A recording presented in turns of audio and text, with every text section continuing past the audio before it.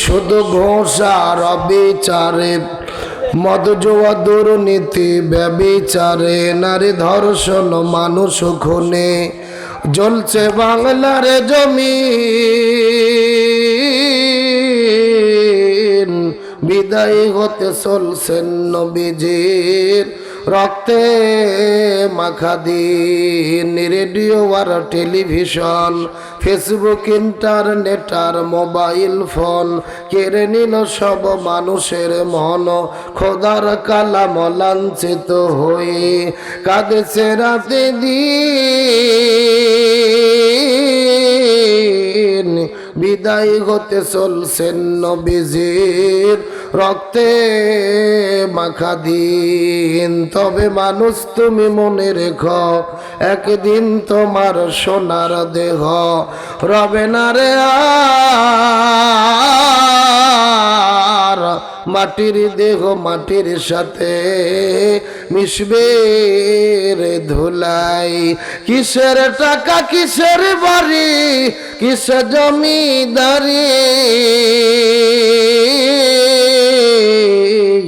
সঙ্গে তোমার কেউ যাবে না পুরুষ কিংবা নারী বটবৃক্ষে কোন সে মহল কে দিল রে লতার গাছে কদু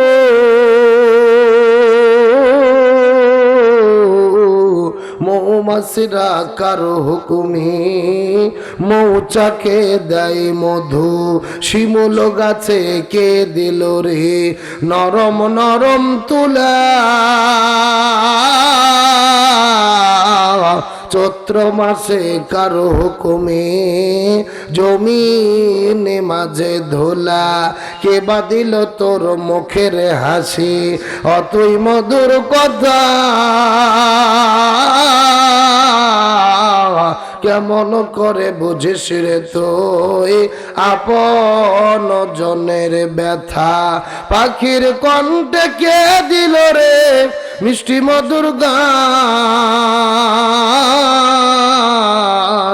চিন্তা করে দেখ রে মানুষ সবই মহান আল্লাহ তাআলার দান বাড়ির থেকে বের হয়েছে বাবা মাকে বলেছে মাহফিলে যাব কিন্তু মাহফিলে এসে সামিয়ানার ভেতরে ঢোকে নাই ওই সমস্ত মেলার ভেতরে দোকানের ভেতরে আড্ডা মারতিছে কথা বলে না কেন আবার এমনও যুবক আছে হাতের মধ্যে মোবাইল নিয়ে ফ্রি ফায়ার পাবজি চাচাজি গেম খেলা নিয়ে ব্যস্ত আছে কথা বলেন আবার এমনও কিছু যুবক আছে যারা ফেসবুকে মেসেঞ্জারে চ্যাটিং করা নিয়ে ব্যস্ত আছে না নাই আচ্ছা বলেন তো এই জায়গায় আজকে যদি কোরআনের মাহফিল না হয়ে যদি মমতাজের কনসার্ট হইতো যদি এই জায়গায় ফাইটে যায় জোড়া দেওয়ার বুদ্ধি নাই রূপভানে নাচে কবর দুল্লাইয়া ঝাঁকি হতো যুবকদের মাইক দিয়ে ঢাকা লাগতো যুবকদের ভিড়ের ঠেলায় বুড়ো বাঞ্চারা বসার জায়গা পেত না কথা বলেন ঠিক কিনা এর জন্য যতদূর সামন যাচ্ছে যুবকদেরকে বলবো এ যুবক ছেলে পেলে জীবনে বহু রাত্রি পার করেছো গেম খেলে বহু রাত্রি পার করেছো চ্যাটিং করে আজকে কোরআনের মহাব্বতে মাহফিলের নিকটে চলে আসো সেমিনারের নিকটে বসে যাও আল্লাহ তোমাদের নসিব খুলে দেবে কথা বলেন ঠিক কিনা আল্লাহ তাআলা সবাইকে আসার তৌফিক দান করুক বলেন আমিন তবে আল্লাহ রহমতে দোয়া করেন লোক আসবে ইনশাআল্লাহ আরো জোরে বলেন ইনশাআল্লাহ আল্লাহ রহমতে লোক বাড়া ছাড়া কমবে না আমরা আল্লাহর উপর ভরসা করতে পারি কি পারি না আল্লাহ তাআলা কবুল করুক বলেন আমিন কিন্তু যেই লোকগুলো এখন পর্যন্ত মাহফিলে ঢোকে নাই এরা চিন্তা করছে আমরা মাহফিলের মধ্যে না যাই ভালো করছি হুজুরের সামনে মনে হয় লোকজন তেমন নাই এখন এতগুলো লোক যে আপনার আমার সামনে বসে গেছেন বাইরের লোকদেরকে জানানোর দরকার আছে না নাই এখন জানাবেন কেমনে হইচই করবেন মারামারি করবেন কি করা লাগবে বলেন তো আল্লাহ তাআলা নিজেই কোরআনুল কারীমের মধ্যে বলেছেন ওয়া রাব্বাকা তাকাব্বির তোমরা আল্লাহর নামে তাকবীর দাও সুবহানাল্লাহ বলেন চিৎকার করে বলেন তো দেখি তাকবীর কার তাকবীর কি কোনো দলের কোনো ব্যক্তির কোনো নেতার তাকবীর কার ওই আল্লাহর তাকবীর দিতে রাজি আছেন দেখি সবাই টান টান করে হাত উঠান তো আচ্ছা হাত উঠান টান টান করে হাত উঠান সবাই একটু গলা খাকারে দেন তো দেখে লিল্লাহি তাকবীর আল কোরআনের আলো, আল হাদিসের আলো, দুনিয়ার মুসলিম ইসলামের শত্রুরা লিল্লাহে তাকবীর। আলহামদুলিল্লাহ বলেন। আমরা তাকবীর দিলাম কার নামে? তাকবীর দিলে খুশি হয় কে? সুতরাং তাকবীর দিতে কোনো ভয়, কোনো বাধা, কোনো টেনশন, সুতরাং মাঝে মধ্যেই আল্লাহর তাকবীর হবে ইনশাআল্লাহ। কিন্তু বর্তমানে বাংলাদেশে আমরা বক্তারা আসি বড় মুসিবতে, আসি বড়, যেই জায়গাতে মাহফিলে যাই, যাওয়ার পরে কান পড়া শুরু হয়। কান পড়া কি পড়া? একজন এসে বলে হুজুর রাজনীতির কোনো বক্তব্য দিবেন না, আবার আরেকজন এসে বলে হুজুর কোন দলের বিরুদ্ধে কোনো কথা বলবেন না। এমনকি আজকে যে আপনাদের মাহফিলে এসেছি, অনেকেই বলেছে হুজুর যেহেতু দেশের পরিবেশ পরিস্থিতি ভালো না, হিসেব করেই কথা বলা দরকার। এখন বলেন তো দেখি, এটা কি কোনো রাজনীতির সমাবেশ? সবাই কথা বলে, এটা কোনো রাজনীতির সমাবেশ? এটা কি কোনো দলীয় সমাবেশ? এটা কিসের সমাবেশ বলেন তো দেখি? এখানে একটা কোরআন লাগবে তো, কোরআন কই? জোরে বলেন, কিসের সমাবেশ? আরো জোরে বলেন। আচ্ছা বলেন তো দেখি, কোরআন কি কোনো দলের, কোনো ব্যক্তির, কোনো নেতার? কোরআন কার? আচ্ছা বলেন তো দেখি, আজকের এই মাহফিলে সব দলের লোক আছে না নাই? আওয়ামী লীগের লোক, এ কথা বলেন, আওয়ামী লীগের লোক, বিএনপির লোক, 2-4টে যুদ্ধ অপরাধী জামাতির লোক, চরমোনাইয়ের মুরিদ, তাবলীগ, এখন সব দলের লোক যেই মাহফিলে আছে, ওই মাহফিলে যদি আমি দলীয় বক্তব্য দেই, আপনারা কি আমাকে যেতে দেবেন? এখন আমি যদি আওয়ামী লীগের বিরুদ্ধে ওয়াজ করি, আওয়ামী লীগের এক ভাই যদি এই পাশ থেকে আসে আমাকে ঘুতো মারে। আবার যদি বিএনপির বিরুদ্ধে ওয়াজ করি, বিএনপির এক ভাই যদি এই পাশ থেকে এসে ঘুতো মারে, আমি ছোট বক্তা ঘুতোঘুতি করতে কুপকাত। কথা বলেন ঠিক কি না? সুতরাং কোরআনের মাহফিলে রাজনীতির দলীয় কোনো বক্তব্য হবে, তবে কোরআনের ভেতরে যেই বক্তব্য আছে সেটা আমাকে বলতেই হবে। নবীর জীবনের মধ্যে যেই আদর্শের কথা আছে সেটা আমাকে বলতেই হবে। এখন কোরআনের কথা শুনতে গিয়ে, রসুলের আদর্শের কথা শুনতে গিয়ে আপনার শরীরে যদি চুলকনি শুরু হয়, মনে করতে হবে আপনার ভেতরে অ্যালার্জি ব্যারাম আছে। কথা বলেন ঠিক কিনা? সুতরাং কোরআনের মাহফিলে এসেছি, কোরআনের হক কথা বলবো, কোরআনের হক কথা শুনবো। আজকের মাহফিলে প্রধান বক্তার মন গড়া কোনো বক্তব্য হবে না, সভাপতির মন মতো বক্তব্য হবে না, প্রধান অতিথির মন মতো বক্তব্য হবে না, কমিটির মন মতো বক্তব্য হবে না। বক্তব্য হবে কোরআন থেকে, বক্তব্য হবে রাসূলের হাদিস থেকে।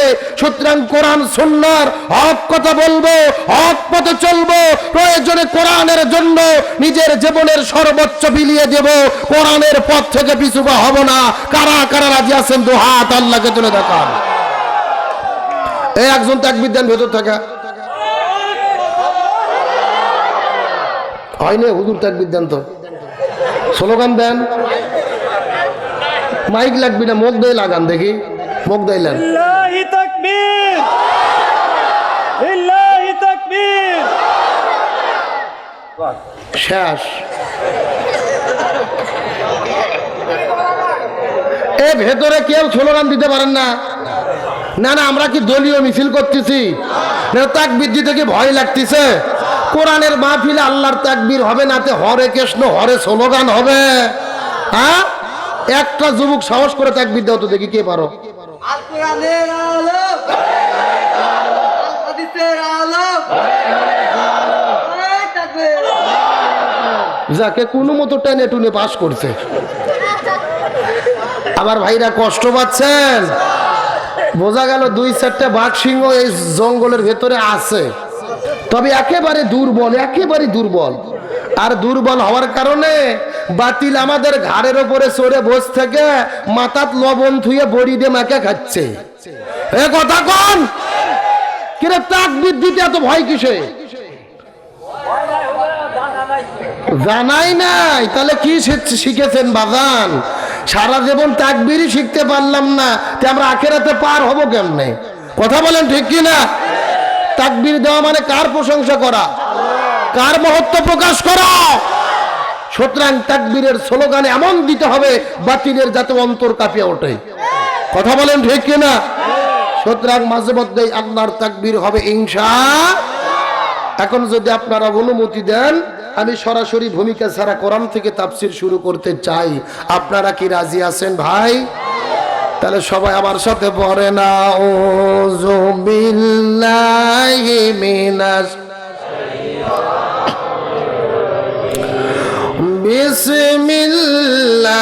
বিসমিল্লাহির রহমানির রহিম। কোরআন তিলাওয়াত হলে ডাকবো কাকে? রাসূল বলেছেন যারা জীবিত অবস্থায় আল্লাহর তাকবীর বেশি দেবে ওদের হাড়ের সমস্ত ব্যায়াম আল্লাহ তাআলা ভালো করে দেবে। চিৎকার করে বলেন তো দেখি আল্লাহু আকবার। কুল ইন কুনতুম তুহিব্বুনাল্লাহা ফাত্তাবিউনি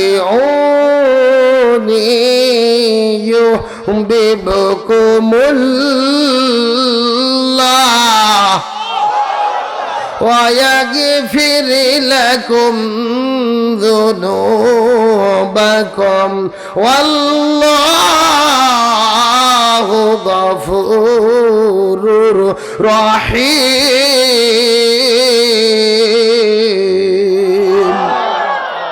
সূরা আল ইমরান 3 নম্বর পারার 13 নম্বর পৃষ্ঠার 4 নম্বর লাইন 4 নম্বর উপরে 31 নম্বর আয়াতে কারিমা। তাফসিরে কাবির, তাফসিরে কুরতুবি, তাফসিরে মনির, তাফসিরে মারিফুল কোরআন, তাফসিরে খাজিন, তাফসিরে তাবারি, তাফসিরে ফি জিলালিল কোরআন, তাফসিরে তাফহিমুল কোরআন। এই আয়াতের উপর ভিত্তি করে 1 নয় 2 নয় অন্তত 10টা তাফসির গ্রন্থ আমি দেখেছি। আল্লাহ তাআলা এই আয়াতের মধ্যে এত পরিমাণ কথা বলেছেন, এই আয়াতের উপর ভিত্তি করে বর্তমান প্রেক্ষাপটকে মিল করে যদি আলোচনা শুরু করা হয়, আলোচনা চলতে চলতে দিনের পরে দিন চলে যাবে, মাসের পরে মাস চলে যাবে, তারপরও আলোচনা শেষ হবে না। জোরে বলা যাবে কি মারহাবা। এটা কোরআনের মুজিজা। কোরআনের আলোচনা শুরু হবে কিন্তু শেষ হবে কার বক্তব্য? আল্লাহ রাব্বুল আলামিন বলেন ওয়ালাউ আন্না মা ফিল আরদি মিন শাজারাতিন আকলামুন ওয়াল বাহরু ইয়ামুদ্দুহু মিন বাদিহি সাবআতু আবহুরিন মা নাফিদাত কালিমাতুল্লাহ ইন্নাল্লাহা আজিজুন হাকিম। সূরা লোকমান 21 নম্বর পারার 12 নম্বর পৃষ্ঠার 13 নম্বর লাইন 27 নম্বর আয়াত কারিমা। তাফসীর ইবনে কাসির থেকে বলতেছি আল্লাহ রাব্বুল আলামিন বলে ও পৃথিবীর মানুষেরা, আমি তোমাদেরকে যে কোরআন দান করেছি এই কোরআন থেকে যদি তোমরা একটা শব্দের ব্যাখ্যা করতে চাও, চিৎকার করে বলেন কয়টা শব্দ? আরো জোরে। জোর হলো না। আল্লাহ রাব্বুল আলামিন চ্যালেঞ্জ করে বলেন এই কোরআনের যদি তোমরা একটা শব্দের ব্যাখ্যা করতে চাও, আর একটা শব্দের ব্যাখ্যা করার জন্য আমি আল্লাহ তাআলা গোটা পৃথিবীতে যত বৃক্ষ সৃষ্টি করেছি মিন শাজারাতিন আকলামুন, সমস্ত বৃক্ষগুলিকে কেটে কেটে যদি তোমরা কলম বানাও, ওয়াল বাহরু ইয়ামুদ্দুহু, আর সমুদ্রের পানিগুলোকে যদি তোমরা কালি বানিয়ে নাও, তামাম পৃথিবীর বৃক্ষ কলম আর 7 সমুদ্রের পানি কালি দিয়ে যদি তোমরা লেখা শুরু করো, আল্লাহ তাআলা চ্যালেঞ্জ করে বলেন লিখতে লিখতে তামাম পৃথিবীর বৃক্ষ কলম পুড়ে যাবে, 7 সমুদ্রের পানি কালি ফুয়ে যাবে, তারপরও কোরআনের একটা শব্দের ব্যাখ্যা লিখে তোমরা শেষ করতে পারবা না। আচ্ছা মানুষ বলো দেখি রাত্রি কেন কালো, সূর্য বলো কোথা থেকে পাইলো এত আলো, ফুলগুলো নানান রঙের কেমন করে হয়, পাতাগুলো সবুজ বটে ফুলের মতো নয়, দুধ কেন এত সাদা, মরিচ কেন ঝাল, লাল, আমগুলো পাকলে বলো কেমনে হয় তা লাল। আরে পশু পাখি হয় না কথা, মানুষ গানে গায়, বলো মানুষ বলো দেখি কিভাবে তা হয়। ভাবি সবই মহান প্রভুর দান, নত শিরে সেজদা করো ও হে মুসলমান। আরে ডিমগুলো একই রকম, পার্থক্য নেই মোটে, তবে সাদা কালো বাচ্চাগুলো কেমন করে ফোটে।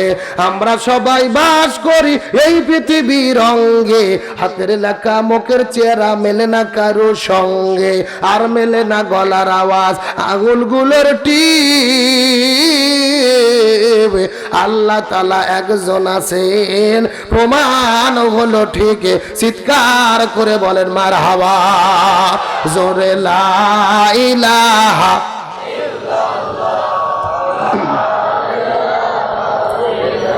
লা ইলাহা লা ইলাহা ইল্লাল্লাহু মুহাম্মাদুর রাসূলুল্লাহ। সকলে পড়ি সাল্লাল্লাহু। তাম পৃথিবীর বৃক্ষকে কলম বানিয়ে, সাত সমুদ্রের পানিকে কালি বানিয়ে লিখলেও কোরআনের একটা শব্দের ব্যাখ্যা লিখে শেষ করা যাবে। আমরা সেই কোরআন থেকে এগুলো এখনই দিলে ওয়াজ হবে না, রেখে দেন আপনার কাছে, এগুলো প্রশ্ন তো পরে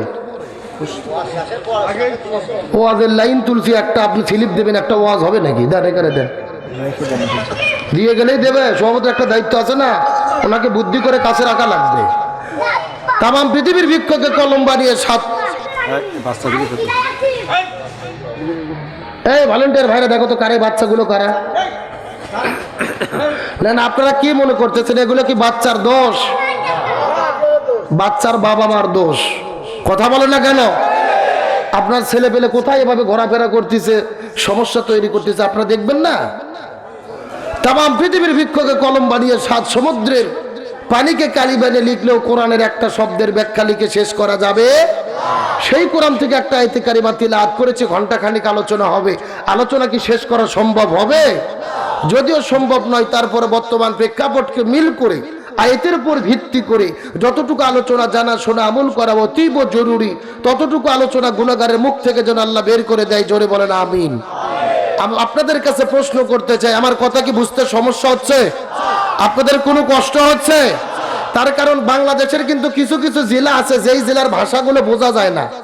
যেমন আপনার ছেলে এদিকে চিটাগং, নোয়াখালী।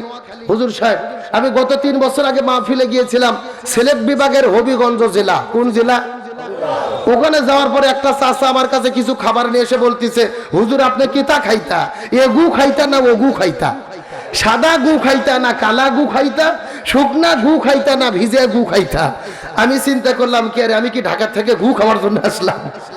আমি বললাম আমি গু খাইতাম না, তোদের গু তোরাই খাগা। তখন শিক্ষিত একটা ছেলে এসে বলছে, হুজুর আসলে আপনি তো বুঝতে পারেননি, আমাদের এখানে তো গু মানে গু না, আমাদের এখানে হলে গু মানে হলো এইটা। আমার কাছে 2 ধরনের মিষ্টি নিয়ে এসেছে, একটা হলো সাদা মিষ্টি আর একটা হলো কালো মিষ্টি। আপনারা কি মিষ্টি চেনেন? এ গোল্লা চেনেন না? একটা সাদা গোল্লা আর একটা কালো গোল্লা। এর বলা দরকার ছিল, হুজুর আপনি এটা খাবেন না ওটা খাবেন, সাদাটা খাবেন না কালোটা খাবেন, শুকনাটা খাবেন না ভিজেটা খাবেন।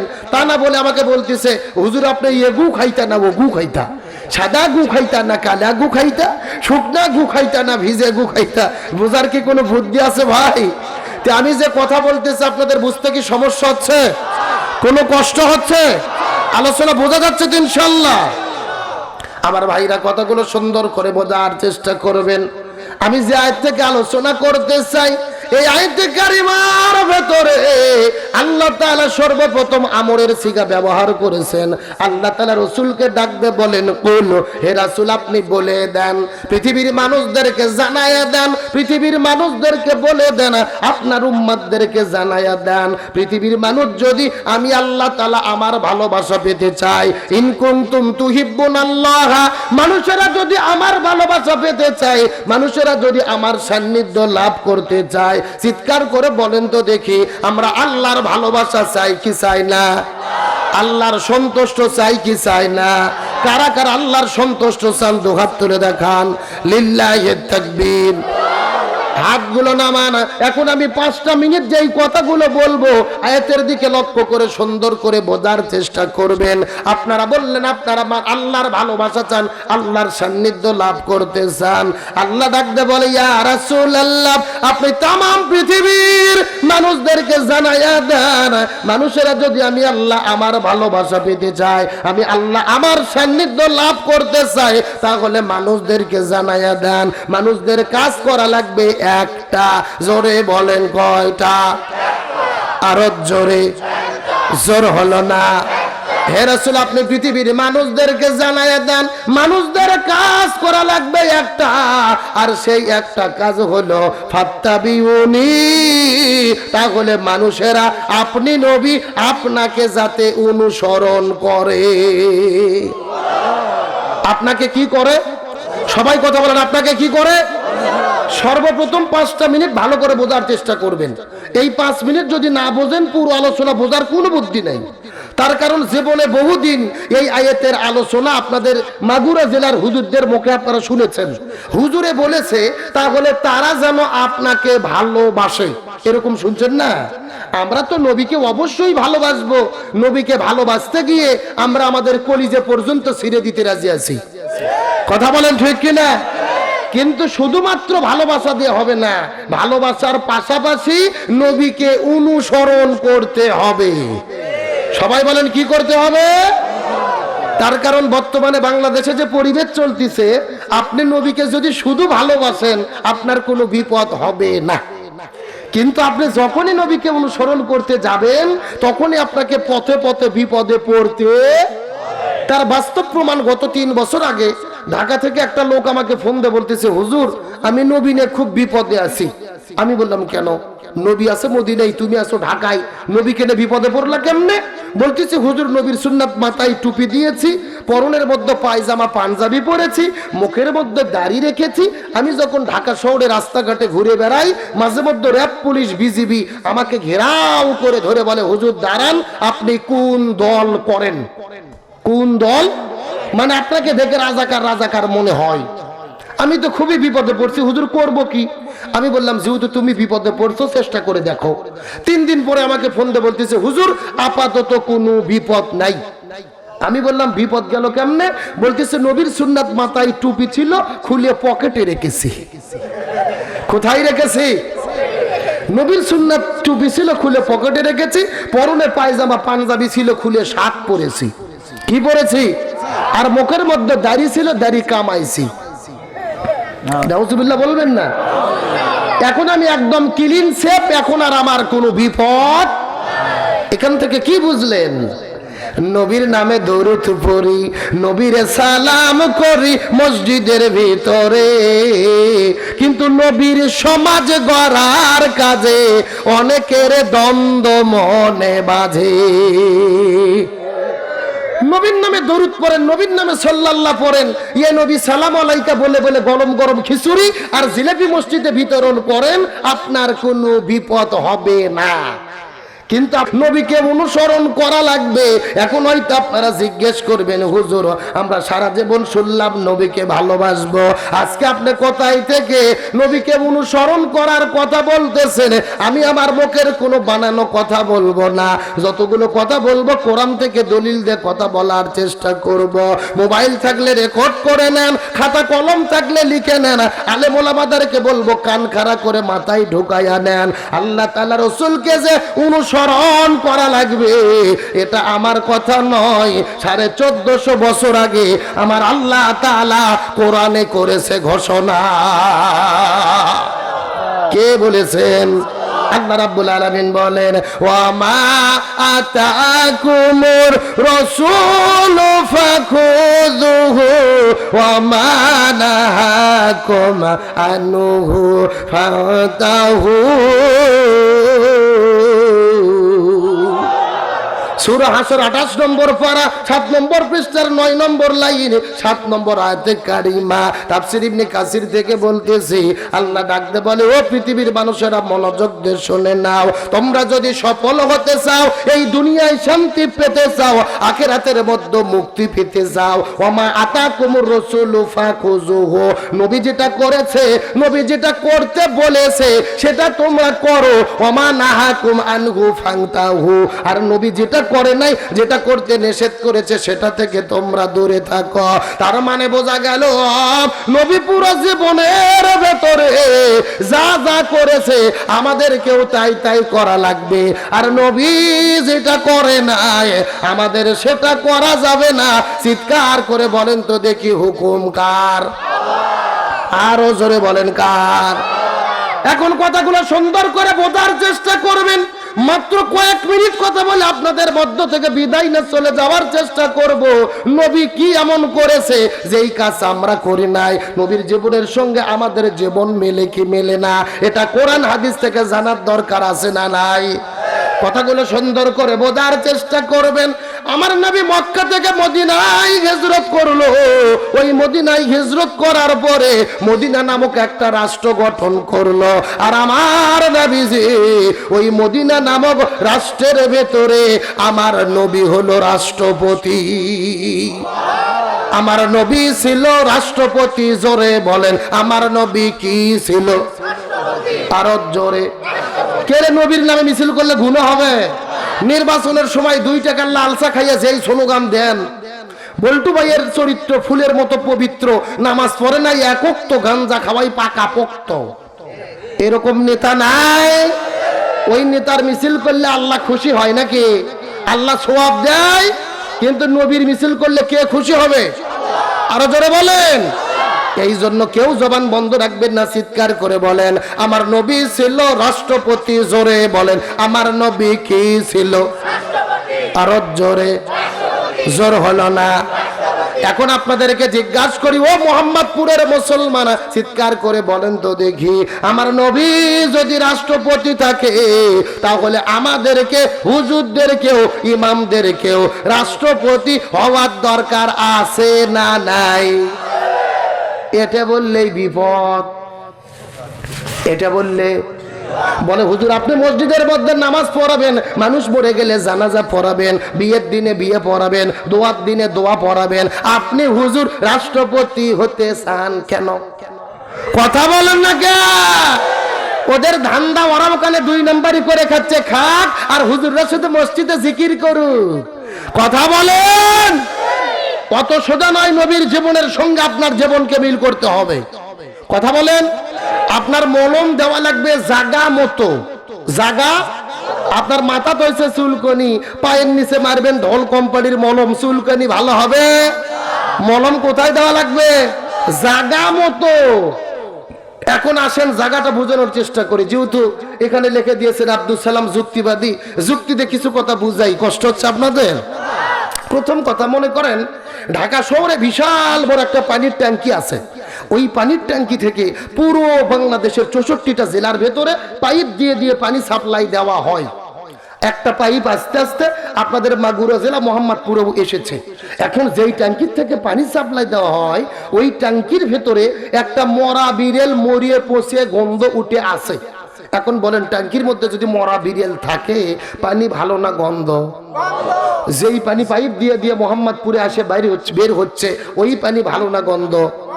এখন মোহাম্মদপুরে ওই গন্ধওয়ালা পানি বের হওয়ার পরে মাগুরা জেলার যত বড় বড় ইমাম, খতিব, মুফতি, মুহাদ্দিস, বড় বড় হুজুর, সবাইদেরকে ডাক দেওয়া হয়েছে, এই হুজুরেরা, এই যে গন্ধওয়ালা পানি বের হচ্ছে, তোমরা মুখের পানি ফু দিয়ে দিয়ে পরিষ্কার করো। হবে? এখন হবে? মাগুরা জেলার সব হুজুর তো দূরের কথা, কাবা শরীফের ইমাম আব্দুর রহমান আস-সুদাইসি, তিনিও যদি এসে পানিতে ফু দেয়, পানি পরিষ্কার হবে? পানি পরিষ্কার করতে গেলে কি করা লাগবে বলেন তো? কি পরিষ্কার করা লাগবে? ওই ট্যাঙ্কি পরিষ্কার করা লাগবে। এটা কি বুঝতে পেরেছেন? আসেন এখন আসল কথা শোনেন। এই পুরো বাংলাদেশেও শান্তি প্রতিষ্ঠার একটা ট্যাঙ্কি আছে, যেই ট্যাঙ্কির নাম হলো সংসদ ভবন। কথা বলে না কেন? আর এই সংসদ ভবনের ভেতরে কোরআনের পক্ষের, ইসলামের পক্ষের, আলেম ওলামাদের পক্ষের যতদিন 300 জন সৈনিক ওই সংসদে গিয়ে এই কোরআন দিয়ে বাংলাদেশ পরিচালিত না করবে ততদিন পর্যন্ত এই বাংলাদেশে 100% শান্তি প্রতিষ্ঠা হতে পারে না। আমার কথার সাথে আপনি একমত? এ কথা বলেন একমত? এই একটা জিনিস যদি বুঝে থাকেন আজকের মাহফিলে আসা সার্থক। সারা রাত অত ওয়াজ শোনা লাগবে না। বাংলাদেশে ওয়াজ কম হচ্ছে না, ওয়াজ চলতে চলতে মাহফিলের ভেতর থেকে সাইকেল চুরি হয়, মসজিদে নামাজ পড়তে পড়তে জুতো চুরি হয়, নামাগুড়ো জেলাত হয় না। এই জন্য বলতেছি মলম দেওয়া লাগবে, জাগা মতো মলম দেওয়া লাগবে। আসেন 2 নম্বর কথা শোনেন। মনে করেন বাংলাদেশের সফল প্রধানমন্ত্রী শেখ হাসিনা, উনি যদি আজকে রাতের 12টার দিকে ঘোষণা দেয় যে আগামীকাল থেকে বাংলাদেশে যেই মুসলমান ফজর থেকে শুরু করে এক ওয়াক্ত নামাজ কাজা করবে 6000 টাকা জরিমানা, 6 মাস জেল। জেল কয় মাস? কয় হাজার জরিমানা।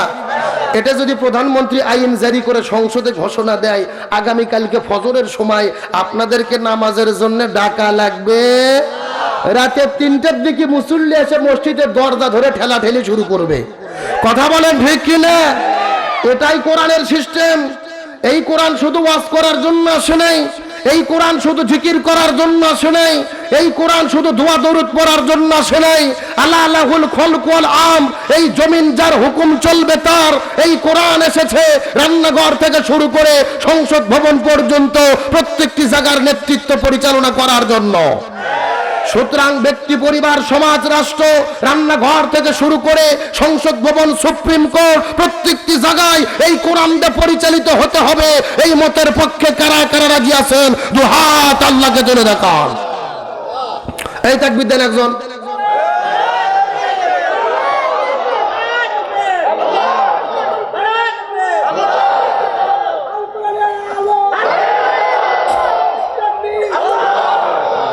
হাত নামান, আপনাদের পাওয়ার বোঝা গেছে।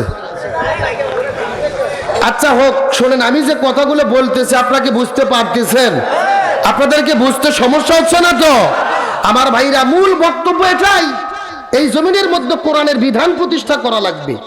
কিন্তু এই আসল কথা অনেক হুজুর বলে না, জুমার দিনে খুতবাত বসে এই আসল কথা কয় না। যদি ইমামতিত্ব চলে যায়, তুমি প্রয়োজনে পানের দোকানদারি করে খাও, কিন্তু বাতিলের পা চাটা গোলাম হইও না।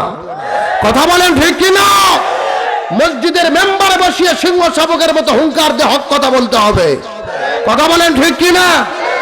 আমার ভাইরা, যদি সাহসী কোরআনের পক্ষের সৈনিকরা থাকতো তাহলে সংসদ ভবনে দাঁড়িয়ে ওই টাকলা মুরাত ইসলামের বিরুদ্ধে কথা বলতে পারতো না, সংবিধান থেকে বিসমিল্লাহ কাটার ঘোষণা দিতে পারতো না, রাষ্ট্র ধর্ম ইসলামকে কাটার এই দুঃসাহসে মুখ উচ্চারণ করতে পারতো না। আমার ভাইরা, এই জন্য কথাগুলো সুন্দর করে বুঝতে হবে। আজকে বাংলাদেশে ইসলামী ওয়াজ মাহফিলের বিরুদ্ধে নতুন করে ষড়যন্ত্র চলতেছে। এই যুবকেরা কথা বলো না কেন? গত কয়েকদিন হলে আমরা দেখতেছি বিভিন্ন ভিডিওর মাধ্যমে এই বাংলাদেশ থেকে ওয়াজ মাহফিল বন্ধ করার সূক্ষ্ম ষড়যন্ত্র চলতেছে। দেখলাম এক উচ্চ পর্যায়ের নেতা তার বক্তব্যের মধ্যে বলে ফেললো, আফসোস করে বলতেছে যে আগে গ্রামে গ্রামে ও আপনার যাত্রাপালা হইতো, গান বাজনা হইতো, কিন্তু এখন আর গ্রামে গ্রামে যাত্রাপালা হয় না। ওই যাত্রাপালার জায়গাটা ওয়াজ মাহফিল দখল করে ফেলেছে। আল্লাহু আকবার বলেন। এবং সে পরবর্তীতে বলতেছে যে আগে যখন আমি গ্রামে গ্রামে ঘুরতাম, দেখতাম মানুষেরা জমিতে কাজ করার সময়, ধান কাটার সময় তারা ওই মোবাইলে, তারপরে রেডিওতে গান শুনতো, কিন্তু এখন আর মানুষ ওই ধান কাটার সময়, জমিতে কাজ করার সময় গান শোনে না। এখন তারা বর্তমানে আল্লামা সাইদি, মিজানুর রহমান আজহারি, মুফতি আমির হামজার ওয়াজ শোনে। আল্লাহু আকবার বলেন। কিন্তু এতে তার চুলকানি উঠেছে। সে বলতেছে যে মানুষেরা গান বাদ দিয়ে ওয়াজ কেন শুনতেছে? এই ওয়াজ শোনার মাধ্যমে সমাজ ধ্বংসের দিকে চলে যাচ্ছে। জোরে বলেন নাউজুবিল্লাহ। এবং আজকে একটা নাস্তিকের ভিডিও দেখলাম, ঢাকা শহরে দাঁড়িয়ে রাজপথে বলতেছে, এই শয়তান বলতেছে, এই নাস্তিক বলতেছে যে স্বাধীনতার দিবসে, বিজয় দিবসে যুবকেরা গান বাজনা না করে ওয়াজ মাহফিল করতেছে। নিঃসন্দেহে এর দ্বারা বাংলাদেশে সাম্প্রদায়িকতা সৃষ্টি হচ্ছে, ইসলামের ক্ষতি হচ্ছে। জোরে কর নাউজুবিল্লাহ।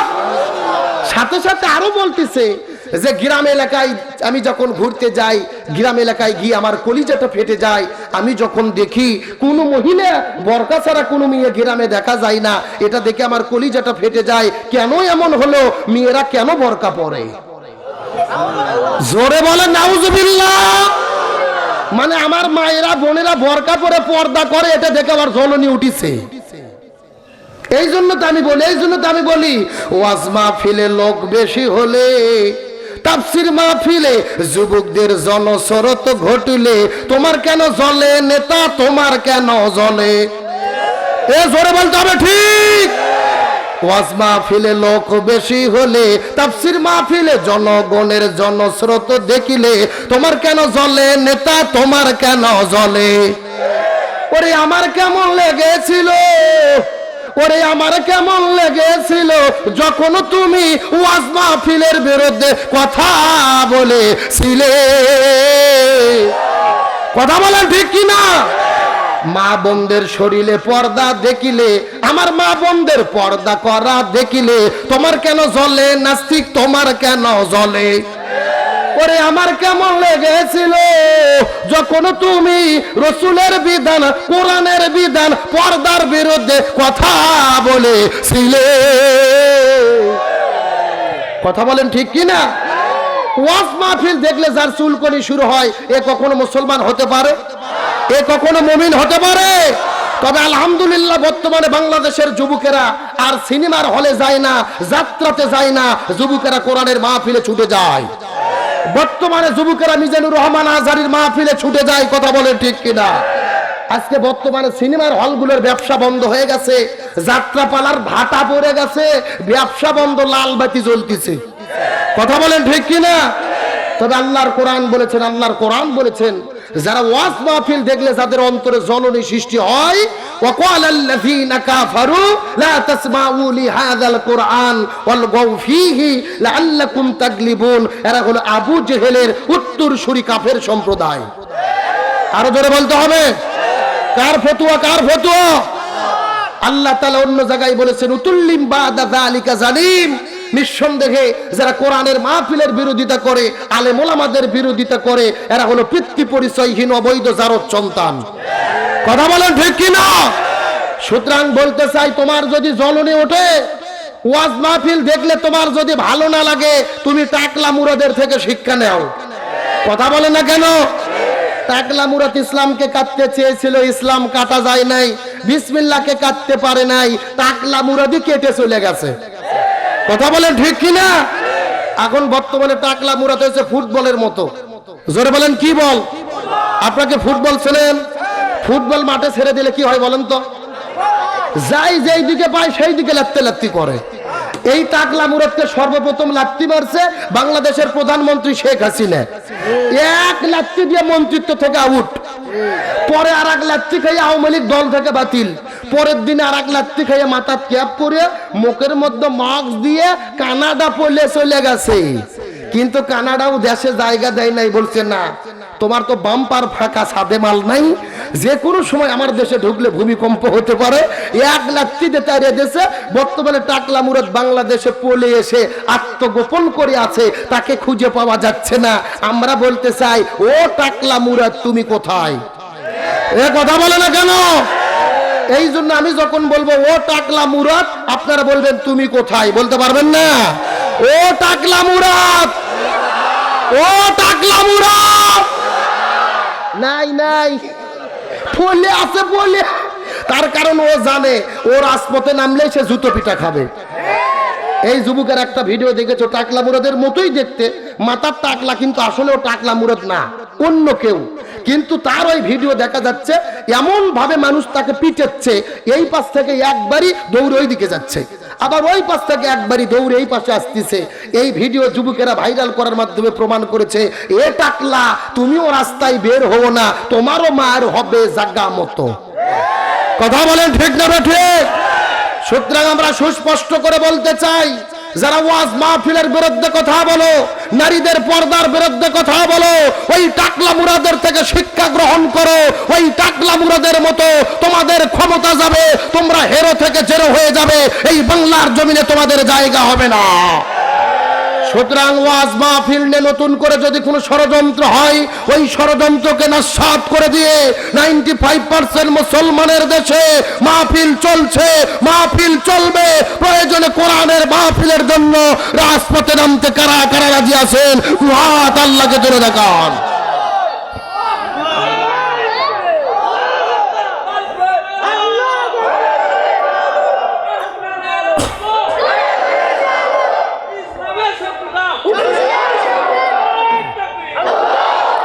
আমার ভাইরা হাত নামান। মন খারাপ করলেন? কষ্ট পাইলেন? আমরা দল বুঝি না, মত বুঝি না, রাজনীতি বুঝি না। কোরআনের বিরুদ্ধে যদি কেউ দাঁড়ায়, তার বিরুদ্ধে ইমানের দাবিতে আমাদের কথা বলতেই হবে। কথা বলেন ঠিক কিনা? আর একটা টিভি চ্যানেল দেখলাম, যার নাম হলো এটিএন বাংলা। কি নাম বললাম?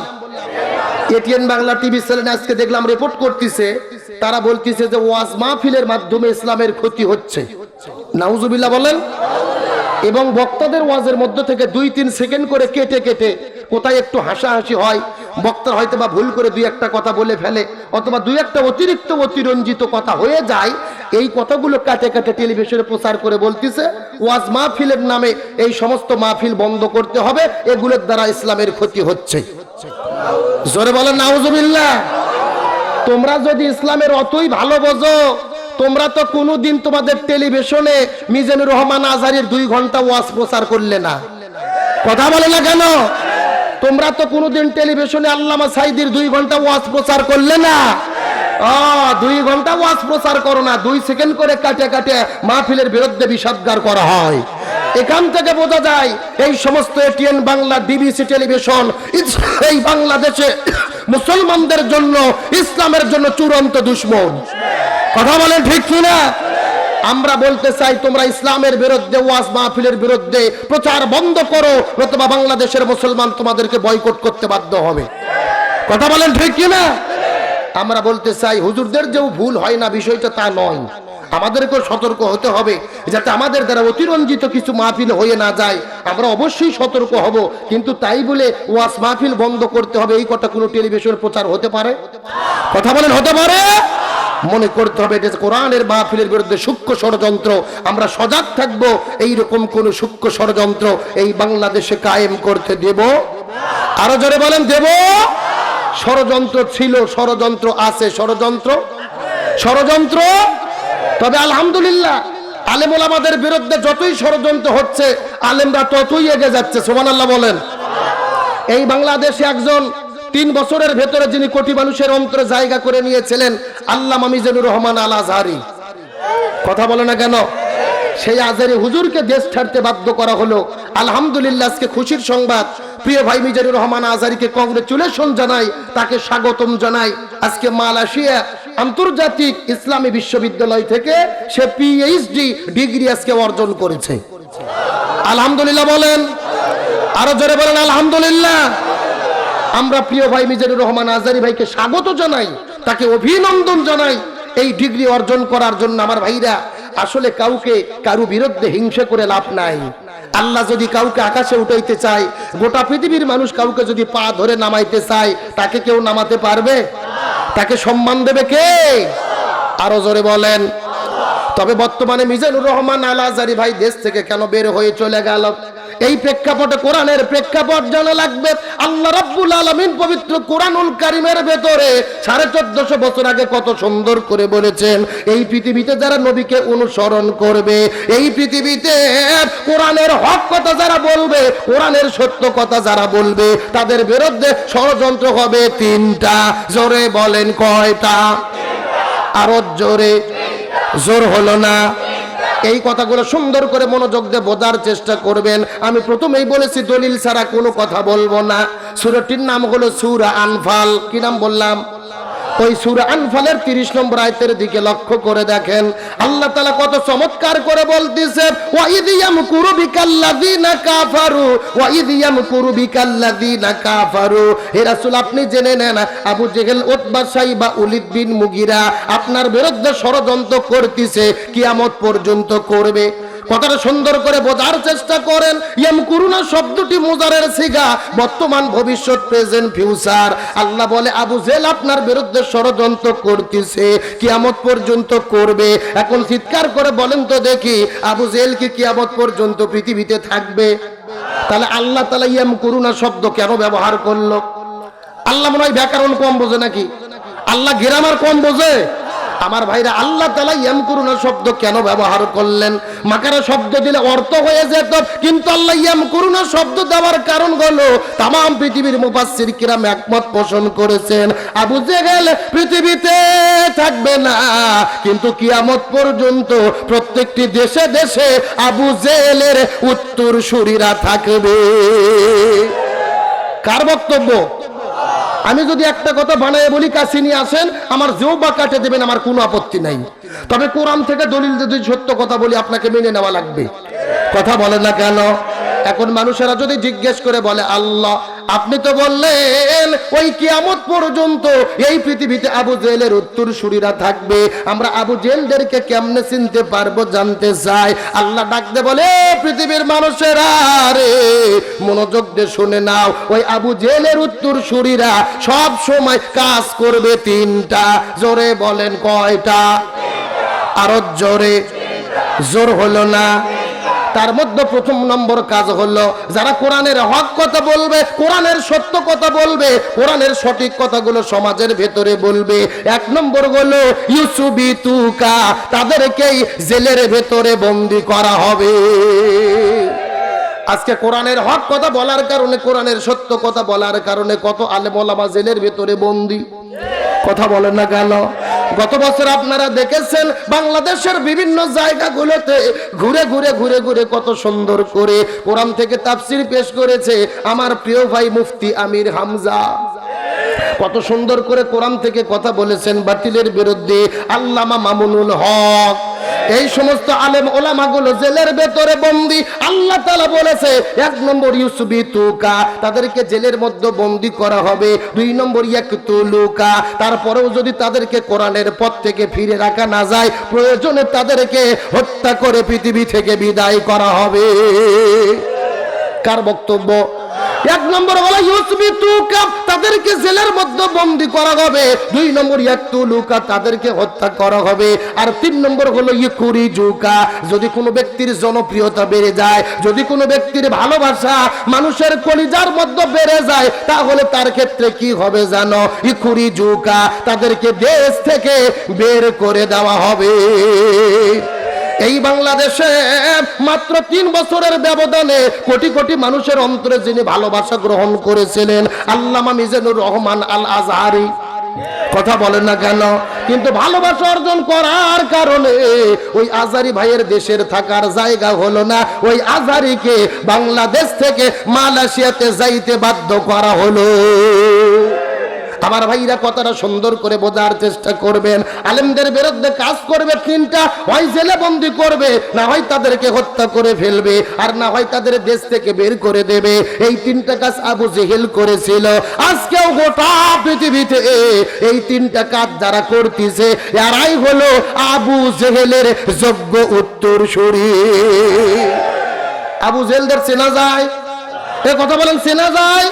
নাম বলার দরকার নেই, আমি নাম বলে মার খাবো কেন?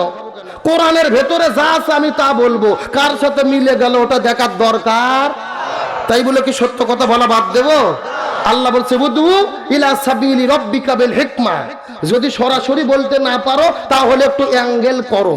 কি করো? এই জন্য কিছু মার হবে প্যান্ডেলে, আর আজকে কিছু মার হবে অ্যাঙ্গেলে। যা আছে কপালে হবে কাল সকালে। চলবে? এ কথা বলেন, চলবে? কারা কারা চলবে? হাত তুলুন তো দেখে। আজকের মাহফিল চলছে, চলবে। আজকের মাহফিল, মাগুরার মাহফিল, মোহাম্মদপুরের মাহফিল, রায়পুরের মাহফিল কতক্ষণ চলবে? সারা রাত। এটা কি বক্তা মারার ওয়াজ নাকি? আমার ভাইরা শোনেন, তবে আলোচনার লাইনচ্যুত হবে না, বোঝার চেষ্টা করেন। যে কথা বলতেছিলাম, মিজানুর রহমান আজহারি ভাইকে সম্মান দিয়েছে কে? আপনারা জানেন তাকে বাংলাদেশ থেকে বের করে দেওয়া হলো। মালয়েশিয়া থেকে সে লন্ডনে গিয়েছিল মাহফিল করতে, গত মাসে লন্ডনেও যেতে দেয় নাই, তাকে দুবাই থেকে ফেরত দিয়েছে। তবে একটা কথা মনে রাখবেন, কারু ভালোবাসা যদি অন্তরের ভেতরে থাকে তাকে নিষিদ্ধ করে কোনো লাভ হবে না। কথা বলেন ঠিক কিনা? যুবকরা দেখেছো মিজানুর রহমান আজারি ভাই 5 মিনিটের একটা ভিডিও যদি তার ইউটিউব চ্যানেলে পেজে ছাড়ে, সঙ্গে সঙ্গে লক্ষ লক্ষ মানুষ দেখে ফেলে। কথা বলেন ঠিক কিনা? সুতরাং মিজানুর রহমান আজারি ভাইকে মানুষের কাছ থেকে জনচ্যুত করা যাবে, মানুষের কাছ থেকে দূরে সরে দেওয়া যাবে। এই জন্য আমরা বলতে চাই, আগামীর দিনে মিজানুর রহমান আজারি বীরের বেশে আসবে ফিরে বাংলাদেশে। কথা বলেন ঠিক কিনা? আর মিজানুর রহমান আজারি ভাই যেদিন দেশে ফিরে আসবে, 10 লক্ষ নয় কোটি মানুষ মিজানুর রহমান আজারির গলায় ফুলের মালা দেওয়ার জন্য প্রস্তুত আছে। কথা বলেন ঠিক কিনা? আমরা দল বুঝি না, মত বুঝি না, রাজনীতি বুঝি না, আমরা তাকে ভালোবাসি কোরআনের জন্য, আমরা আলেমদেরকে ভালোবাসি কোরআনের জন্য। সুতরাং কোরআনের বিরুদ্ধে কোরআনের পক্ষে থাকলে কয়টা ষড়যন্ত্র হয়? ষড়যন্ত্র ছিল, আছে, চলবে। মনে রাখবেন, যতই ষড়যন্ত্র হোক আলেমদের পক্ষে কে আছে? আরো জোরে বলেন, কে আছে? সুতরাং মিজানুর রহমান আজারি ভাইকে বলবো, আপনি ভয় করবেন না, টেনশন করবেন না, আপনি সৎ পথে এগিয়ে যান। বাংলাদেশের 18 কোটি মুসলমান আপনার সাথে আমরা আছি। আরো জোরে বলেন আমিন। আর যারা আলেমদের বিরোধিতা করতেছে, সুস্পষ্ট বলতে চাই, এই সমস্ত নাস্তিকদের জানাজা কোনো হুজুরের দ্বারা হবে না। এ কথা বলে না কেন?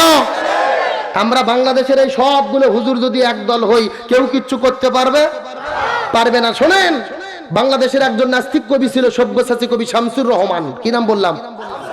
এই শয়তান মরার আগে বলছিল যে ফজরের যখন আজান দেয় মনে হয় ব্যবসা তার খরিদ্দারকে ডাকতেছে।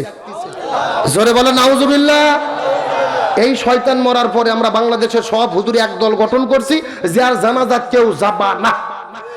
পুলিশ বড় মসজিদে যায় দেখে ইমাম আগে পড়ে চলে গেছে, কিন্তু মুয়াজ্জিন আছে, মুয়াজ্জিনকে জোর করে ধরে নিচ্ছে নামাজ পড়ানোর জন্য।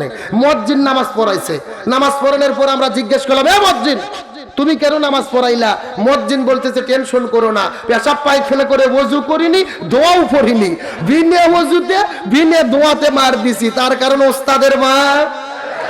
এ ওস্তাদের মার।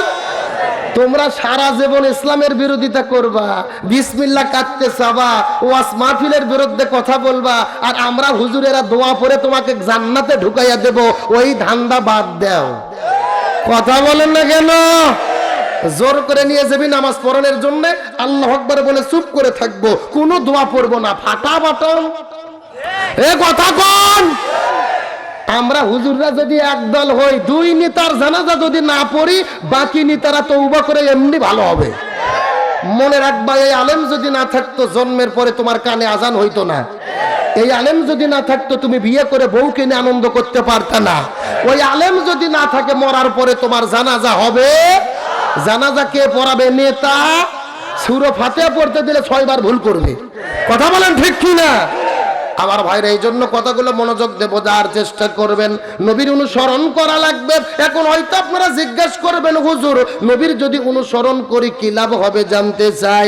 এমন সময় আল্লাহ তাআলা ডাকতে বলে, মানুষেরা রে, তোমরা যদি নবীকে অনুসরণ করতে পারো, ওই নবীর জীবনের ভেতরে আমি আল্লাহ রাব্বুল আলামিন 3টা স্পেশাল গুণ দান করেছি, যেই 3টা স্পেশাল গুণ এই পৃথিবীতে আর আমি কাউকে দান করি নাই। নবীর জীবনে স্পেশাল গুণ 3টা। জোরে বলেন কয়টা? আরো জোরে। জোর হলো না? নবীর জীবনে কি কি 3টি স্পেশাল গুণ আমাদের জানার দরকার আছে না নাই? আমি সরাসরি আপনাদেরকে কোরআন থেকে জানাইয়া দেব, কিন্তু এই 2-1টা যুবক উঠে যাচ্ছে কি জন্য? পেশাব করতে যাচ্ছে। কেন পেশাব লাগবে বুড়ো মানুষের, যুবকদের কি জন্য? হ্যাঁ, আচ্ছা এখন আমার দিকে তাকান। বর্তমানে বাংলাদেশে 2-4টা ভণ্ড পীর আছে না নাই? আরো জোরে বলেন। মনে করবেন আমি হক্কানি পীরের বিরুদ্ধে কোনো বক্তব্য দেই না, তবে যারা ভণ্ড তাদের বিরুদ্ধে কথা বলতেই হবে। কথা বলেন ঠিক কি না? বর্তমানে বাংলাদেশে 48,000 পীর। জোরে বলেন কত হাজার? আরো জোরে বলেন কত হাজার? এই ভণ্ডরা বলে দেখবেন, বাবা তোমার দরবারে সব পাগলের খেলা। আছে না নাই? হরেক রকম পাগল দিয়া মিলাইছে মেলা, বাবা তোমার দরবারে সব পাগলের খেলা। আমি বলছি তোমার দরবারে পাগল যাবে, ছাগল যাবে, গরু যাবে, মহিষ যাবে, তোমার দরবারে কোনো ভালো মানুষ যেতে পারে না। তার কারণ হলো তোমার বাবা হলো ভণ্ড বাবা। আছে না নাই? আপনাদের পার্শ্ববর্তী একটা জেলা যার নাম হলো কুষ্টিয়া জেলা, আছে না নাই? এই কুষ্টিয়া জেলার মধ্যে একটা বাবা আছে যার নাম হলো বাবা লালন শাহ। এই লালন শাহর দরবারে আমি গত 3 বছর আগে পরিভ্রমণ করার জন্য গেছি। দেখি তো ঘটনাটা কি।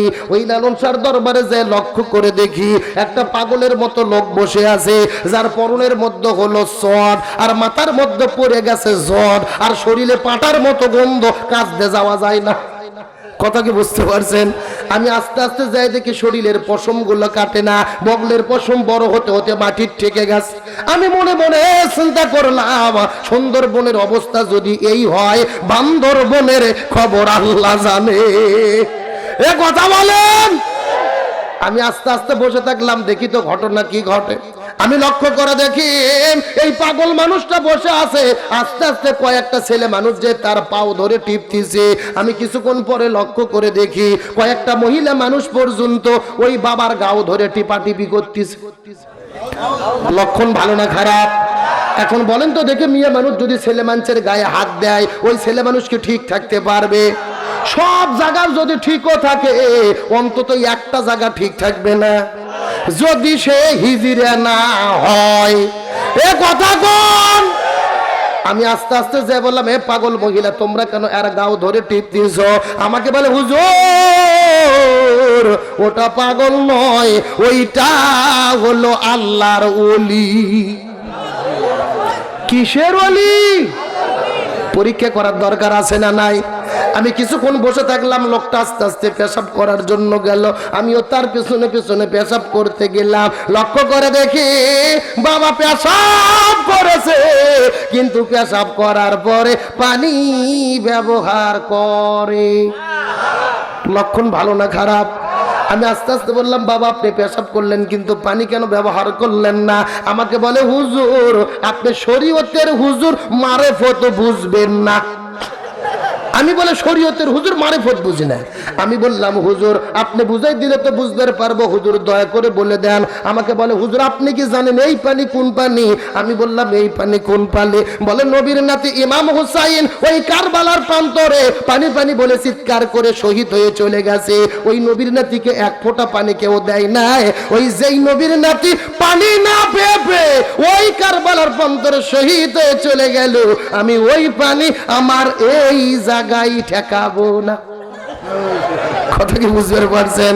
আমি বললাম, এই আল্লাহর ওলি, এখন আমার কথা শোনেন। নবীর নাতি ইমাম হোসাইন পানি না পাওয়ার কারণে আপনি সামনে যদি না ঠেকান, আমার কথা হলো আপনি পায়খানা করার পরে পেছনেও ঠেকাবেন না। এ কথা বলেন।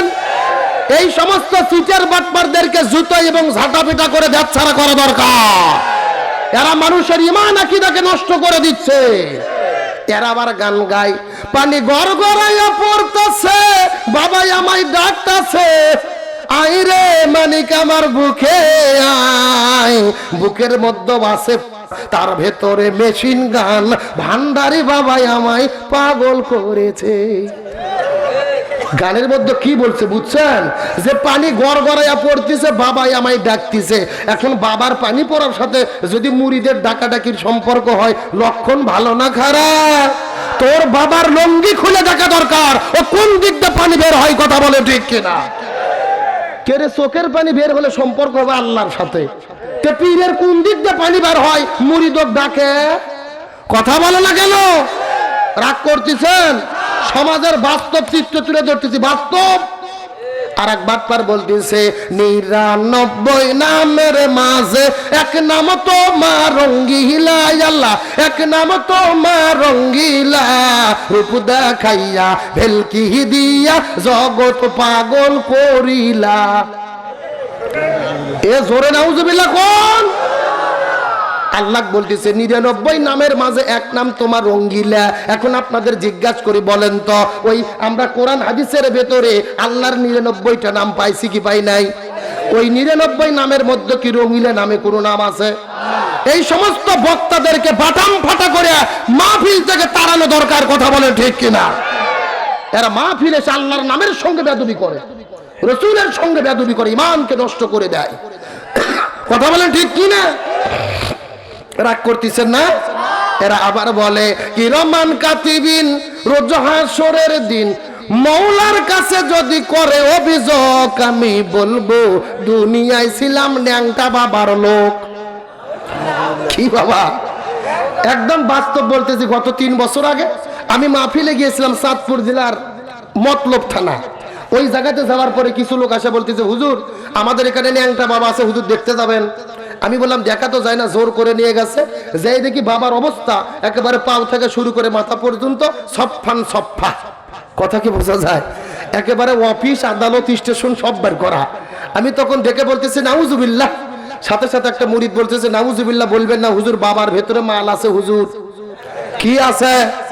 এবার কে রে পাগলা, মাল যাচ্ছে, মাল তো দেখাই যাচ্ছে, নতুন কি মাল আছে ওই মাল দেখা, কথা বলেন ঠিক কিনা? এই সমস্ত সিটের বাটপারের কারণে বাংলাদেশের মুসলমানদের বেশি ক্ষতি হচ্ছে। এখন আসল কথা শোনেন, আসল কথা এইরকম ভণ্ডামি যারা বাংলাদেশে করতেছে এদের কোনো বিপদ বাংলাদেশে নাই, কিন্তু যারাই কোরআনের হক পথে আছে, কোরআনের সত্য পথে আছে, কোরআনের হক কথা বলে কোরআনের পাখিরা জেলখানায় বন্দী হয়ে আছে। তার মানে বোঝা গেল নবীকে অনুসরণ করলে বিপদ আছে না নাই? আমার ভাইরা, নবীর জীবন স্পেশাল 3টে গুণ অবশ্যই বলবো, তবে এখন যদি অনুমতি দেন মা বোনদের জন্য 2 মিনিট কিছু বলবো। রাজি আছেন তো ইনশাআল্লাহ? আমার ভাইরা কথাগুলো বোঝার চেষ্টা করবেন। মা বোনদের জন্য আলোচনা করা দরকার, তার কারণ ওনারা এই দেশের সরকার, ক্ষমতায় আসতেছে বারবার, আর সমাজটাকে পুরো করতেছে সরকার। সুতরাং তাদের জন্য কিছু বলা। আমার মা বোনেরা রে, কথাটা সুন্দর করে বোঝার চেষ্টা করবেন। আমার নবীজি মসজিদুন নববীর ভিতরে সমস্ত সাহাবীদেরকে ডাকতে বলে, সাহাবীরা রে, মহিলাদের জন্য আমল করতে হবে 7টি। জোরে বলেন কয়টি? আরো জোরে। জোর হলো না। রসুল বলেছেন এই 7টা আমল যদি কোনো মহিলা করতে পারে, এই 7টা আমল করার কারণে আল্লাহ তাআলা তাদের জন্য 8টা জান্নাতের দরজা খুলে দেবে। আমল কয়টা? জান্নাত কয়টা? এমন সময় সাহাবীরা জিজ্ঞেস করে বলে, ইয়া রাসূলুল্লাহ, কোন 7টা আমল করা লাগবে জানতে চাই। রসুল বলে 1 নম্বর হলো নামাজ, 2 নম্বর হলো রোজা, 3 নম্বর স্বামীর খেদমত, 4র্থ নম্বর পর্দা। চিৎকার করে বলেন আমল কয়টা? 1। আরে ভাই আজকে মুখস্থ করেন, আজকে যে ওয়াজ করব এই ওয়াজটা সারা জীবন বইয়ের কাছে করা লাগবে, পারবেন তো ইনশাআল্লাহ? 1 নম্বর হলো নামাজ, 2 নম্বর হলো রোজা, 3 নম্বর স্বামীর খেদমত, 4র্থ নম্বর পর্দা। 1 নম্বর নামাজ, 2 নম্বর রোজা, 3 নম্বর স্বামীর খেদমত, 4 নম্বর পর্দা। চিৎকার করে বলেন আমল কয়টা? 1, 2, 3, 4। এই আলোচনা শোনার পরে হযরত আলী ফাতেমার কাছে চলে গেলেন। ফাতেমার কাছে যা জিজ্ঞেস করে বলে, ফাতেমা, আজকে নবী মসজিদুন নববীতে বলেছে এই 4টা আমল করলে 8টা জান্নাতের দরজা খোলা। এই কথা শোনার পরে ফাতেমা বাড়ি থেকে বের হয়ে এক দৌড়ে রসুলের কাছে চলে গেলেন। রসুলের কাছে যে জিজ্ঞেস করে বলে, বাবা আপনি নাকি বলেছেন মহিলাদের জন্য 4টা আমল করা লাগবে, এই 4টা আমলই জরুরি, তবে আপনার কাছে জানতে চাই বাবা এই 4টা আমলের ভেতরে সবচাইতে দামি আমল কোনটা? ফাতেমা কি প্রশ্ন করছে বুঝতে পারছেন? এ ভাই এই মাইকের সাউন্ড একটু কমান তো, ছেন করতেছে, একটু কমান, কথাগুলো ক্লিয়ার করেন। কি প্রশ্ন করছে বুঝতে পারছেন তো? যে 4টা আমলই জরুরি, কিন্তু 4টার ভেতরে সবচাইতে গুরুত্বপূর্ণ আমল কোনটা? রসুল ডাক দে বলে, ফাতেমা তুমি খুব গুরুত্বপূর্ণ প্রশ্ন করেছ। এই 4টা আমলের ভেতরে সবচাইতে গুরুত্বপূর্ণ আমল কোনটা? এই আলোচনাটা তামাম পৃথিবীর মহিলাদের জানা দরকার। রসুল বলে, ফাতেমা মনোযোগ দিয়ে শুনে নাও, নামাজ হলো ওয়াক্ত মতো ফরজ। ফজরের সময় ফজর, জোহরের সময় জোহর, আসরের সময় আসর, মাগরিবের সময় মাগরিব, এশার সময় এশা।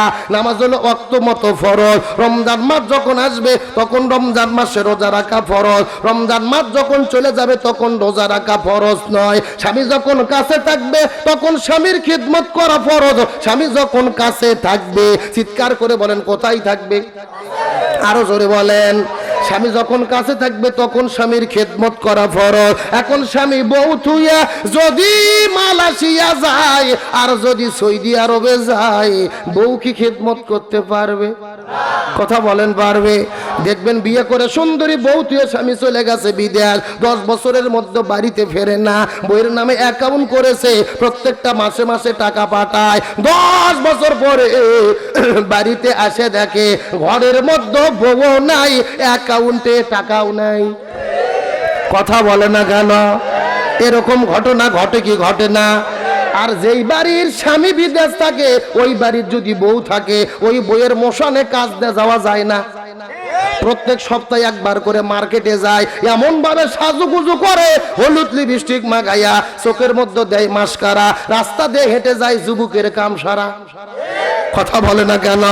আর বাড়ি যদি দোতলা হয়, ওই ভাবি ছাদের উপরে উঠে মনে মনে গান গাইতেছে, একা একা কেন ভালো লাগে না, কোনো কাজে মন কেন বসে না, আমার কি হতে কি হয়ে গেল আমি নিজেও তো বুঝি না। বুঝুন নাই? বুঝুন নাই?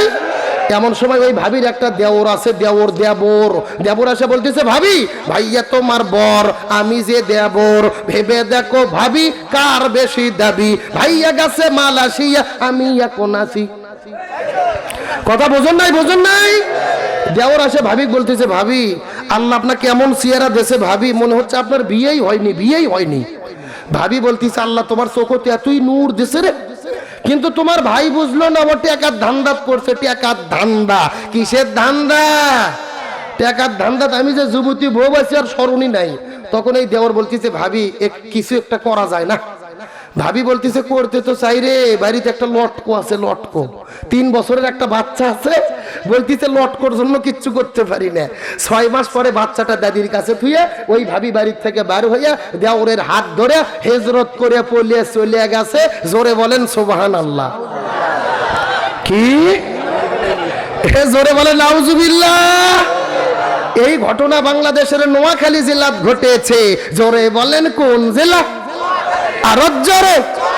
শুধু কি নোয়াখালী, মাগুরাতেও ঘটতেছে। আমার ভাইরা, তবে বউকে বাড়ির থুয়ে কতদিন স্বামী বিদেশ থাকতে পারবে? কোরআন হাদিসে আছে না নাই? আপনারা কি জানতে চান?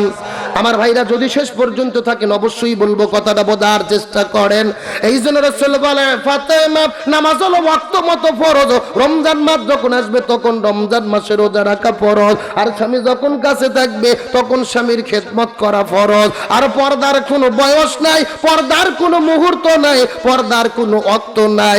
একটা মহিলা যুবতী হওয়ার পর থেকে প্রতিটি জায়গায়, প্রতিটি ক্ষণে, প্রতিটি মুহূর্ত পর্দা মেনে চলা ফরজ। সঙ্গে সঙ্গে ফাতেমা ডাক দে বলে, বাবা আমি বুঝতে পেরেছি মা বোনদের জন্য 4টা আমলই জরুরি, কিন্তু 4টা আমলের ভেতরে সবচাইতে দামি আমল হলো পর্দা। সবচাইতে দামি আমলের নাম কি? আরো জোরে। এখন বলেন তো দেখি, সেই পর্দা কি মাগুরা জেলাতে আছে? আছে, আছে, আছে। ঘরের দরজায়, ঘরের জানালায় মা বোনেরা দরজা জানলায় পর্দা দেয়, কিন্তু শরীরে পর্দা দেয় না। এ কথা বলে। এই জন্য ফাতেমা ডাক দে বলে, বাবা 4টার মধ্যে পর্দাটা জরুরি। এই জন্য আমি আমার জীবনের ভেতরে এই পর্দাটাকে বাধ্যতামূলক করে নিলাম। এখন থেকে কতটা মনোযোগ দিয়ে বোঝার চেষ্টা করবেন। এতক্ষণ হাসাহাসি অনেক করেছেন, এখন কথাগুলো বোঝার চেষ্টা করেন। ফাতেমা ডাক দে বলে, বাবা এই জন্য পর্দা করা আমি আমার জীবনে বাধ্যতামূলক করে নিলাম। রাসূল বলে, ফাতেমা রে, তুমি যেহেতু পর্দা করাকে বাধ্যতামূলক করে নিয়েছো, তাহলে তুমি ভালোভাবে জেনে নাও, আল্লাহ তাআলা ঘোষণা করেছে তুমি ফাতেমা হবে জান্নাতি নারীদের সর্দারনী। কিসের সর্দারনী? মহিলাদের জান্নাতি মহিলাদের তুমি হবে সর্দার। এই কথা শোনার পরে ফাতেমা মুস্কি মুস্কি হাসা শুরু করলো। রাসূল বলে, ফাতেমা তুমি কেন মুস্কি মুস্কি হাসতেছো? তোমার হাসার কারণ জানতে চাই। এমন সময় ফাতেমা ডাক দিয়ে বলে, বাবা আমি জান্নাতি নারীদের সর্দার নিব, এই জন্য মুস্কি মুস্কি হাসতেছে। রাসূল বলে, ফাতেমা বলো তো দেখি সর্বপ্রথম কে জান্নাতে যাবে, কে সর্বপ্রথম জান্নাতে প্রবেশ করবে? এমন সময় ফাতেমা ডাক দিয়ে বলে, বাবা আমি যেহেতু জান্নাতি নারীদের সর্দারনি, আমি সর্বপ্রথম জান্নাতে যাব। রাসূল বলে, ফাতেমা তুমি বড় ভুল ভেবেছো, তুমি সর্বপ্রথম জান্নাতে যাবে না, তোমার আগে আর একটা মহিলা জান্নাতে যাবে, যার পরিচয় হলো একটা কাঠুরিয়ার স্ত্রী, যার নাম হলো উম্মে জামিলা। নাম হলো জামিলা। জোরে বলেন নাম কি? আরো জোরে। জোর হলো না। ফাতেমার আগে যেই মহিলা জান্নাতে যাবে তার নাম কি? এই কথা শোনার পরে আপনারা তো ঠিকই সুবহানাল্লাহ বললেন, কিন্তু ফাতেমাকে সুবহানাল্লাহ বলছে নাকি? বলে নাই। তার কারণ মহিলাদের মধ্যে হিংসা আছে না নাই? বেটার বউ চাই না শাশুড়ি আমার ওপরে থাকুক, আবার শাশুড়িও চাই না বেটার বউ আমার ওপরে উঠুক। কথা বলে না কেন? তার মানে বোঝা গেল মহিলাদের মধ্যে হিংসা আছে না নাই? এই বাংলাদেশে মা বোনদের মধ্যে হিংসা আছে না নাই? হিংসা আছে দেখেই তো একজন থাকে ক্ষমতায় আর একজন থাকে জেলখানা। কথা বোঝা যায়? থাক বুঝলেই হবে, বুঝলে বুঝ পাতা, না বুঝলে। আমার ভাইরা কথাটা সুন্দর করে বোঝার চেষ্টা করবেন। এই জন্য রাসূল বলে, ফাতেমা রে তোমার আগে আর একটা মহিলা জান্নাতে যাবে। এই কথা শোনার পরে ফাতেমা অঝর নয়নে কান্না করা শুরু করে দিল। ফাতেমা বলে, বাবা আমি হব জান্নাতি নারীদের সর্দারনি, অথচ আমার আগে কেন জামিলা জান্নাতে যাবে জানতে চাই। এমন সময় রাসূল বলে, ফাতেমা রে তোমার আগে জামিলা কেন জান্নাতে যাবে এটা আমার কাছে প্রশ্ন করার কোনো দরকার নাই। উমুক জঙ্গলের ভেতরে চলে যাও, উমুক পাহাড়ের পাদদেশে জামিলার বাড়ি, তোমরা পাহাড়ের মধ্যে যে পাদদেশে তদন্ত করে দেখো ওই উম্মে জামিলা কেন সর্বপ্রথম তোমার আগে জান্নাতে যাবে। ফাতেমার আগে জামিলা কেন জান্নাতে যাবে জানার দরকার আছে না নাই? আপনাদের দরকার না থাকলেও মহিলাদের দরকার। মা বোনদেরকে বলি, ও মা বোনেরা, জীবনে কত আলোচনা শুনেছেন, আজকের আলোচনাটা মনোযোগ দিয়ে বোঝার চেষ্টা করবেন। জামিলা সর্বপ্রথম কেন জান্নাতে যাবে আর ফাতেমা কেন জান্নাতি নারীদের সর্দারনি হবে, এই কথাটা মাথার মধ্যে সুন্দর করে ঢুকানোর চেষ্টা করেন। নবী বলেন, ফাতেমা রে তুমি তদন্ত করে দেখো তোমার আগে জামিলা কেন জান্নাতে যাবে। এই কথা শোনার পরে পরের দিনে সকালবেলা ফাতেমা বাড়ি থেকে বের হয়ে আস্তে আস্তে জামিলার বাড়ির দরজায় চলে গেল। জামিলার বাড়ির দরজায় যাওয়ার পরে দরজার বাইরে থেকে ডাকতে বলে, বোন আমার জামিলা ঘরের দরজা খোলো। ভেতর থেকে জামিলা ডাকতে বলে, কে ডাকতেছে? বাইরে থেকে ফাতেমা বলে, আমি নবীর মেয়ে ফাতেমা। এই কথা শোনার সাথে সাথে উম্মে জামিলা অঝর নয়নে কান্না করা শুরু করেছে। কি করা শুরু করেছে? ফাতেমা ডাকতে বলে, বোন আমার জামিলা তুমি কেন কান্না করো জানতে চাই। জামিলা বলে, বোন আমার ফাতেমা আমার কান্না করার কারণ হলো আমার জীবনের ভেতরে সব চাইতে বড় চাওয়া হলো আমি নবীর মেয়ে ফাতেমাকে সরাসরি একবার দেখতে চাই। কাকে দেখতে চাই? নবীর মেয়ে ফাতেমাকে। এখন বলেন তো নবীর মেয়ে ফাতেমা এখন কোথায় আছে? তার ঘরের দরজার সামনে। ফাতেমা ডাকতে বলে, জামিল আমাকে দেখা যদি তোমার জীবনের সবচেয়ে বড় চাওয়া হয়, কান্না করার তো কোনো দরকার নাই, তুমি ঘরের দরজা খুললেই তো তুমি আমাকে দেখতে পারবা, তুমি ঘরের দরজা না খুলে কেন কান্নাকান্নি করতেছ? জামিলা বলে, বোন আমার ফাতেমা রে আপনি ঘরের দরজার সামনে আছেন কিন্তু আপনার জন্য ঘরের দরজা খুলতে পারবো না। আমার স্বামী সারাদিন জঙ্গলে জঙ্গলে কাঠ কাটে, ওই কাঠগুলো বিকেলে বিক্রি করে ওই টাকাগুলো নিয়ে বাজার থেকে বাজার ঘাট করে বাড়িতে ফিরে ওই স্বামী স্বামী বাড়িতে আসার আগে আমি ঘরের দরজা খুলবো না, এই অনুমতি আমাকে দেওয়া হয় নাই। আপনি যদি দেখা করতে চান আজকের মতো ফেরত চলে যান, আগামীকালকে আবার আসবেন। স্বামী যখন সন্ধ্যায় বাড়িতে ফিরবে আমি স্বামীর থেকে অনুমতি নেব। অনুমতি নেওয়ার পরে আপনার সঙ্গে আগামীকালকে দেখা করব। তার কারণ হলো আমি স্বামীর অনুমতি ব্যতীত কারোর সঙ্গে দেখা করি না।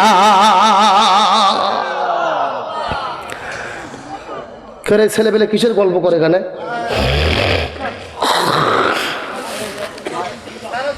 কথাটা বোঝার চেষ্টা করেন। স্বামীর অনুমতি ব্যতীত কারোর সঙ্গে দেখা করি না। এই কথা শোনার পরে ফাতেমা মনটা খারাপ করে বাড়ির দিকে চলে যায়। ফাতেমা মনে মনে চিন্তা করেছে, আমি গোলাম নবীর মেয়ে ফাতেমা, কত মানুষ আমার সঙ্গে বাড়িতে দেখা করার জন্য যায়, আমি ফাতেমা নিজেই কারোর সঙ্গে দেখা করি না। অথচ আমি নবীর মেয়ে ওই জামিলার বাড়ির দরজায় গিয়েছি, তারপরও জামিলা আমার সঙ্গে দেখা করে নাই। মনটা খারাপ করে আস্তে আস্তে বাড়ির দিকে যাওয়ার পরে পরের দিনে সকালবেলা আবারও বাড়ি থেকে বের হয়েছে, জামিলার বাড়ির দরজায় যাবে।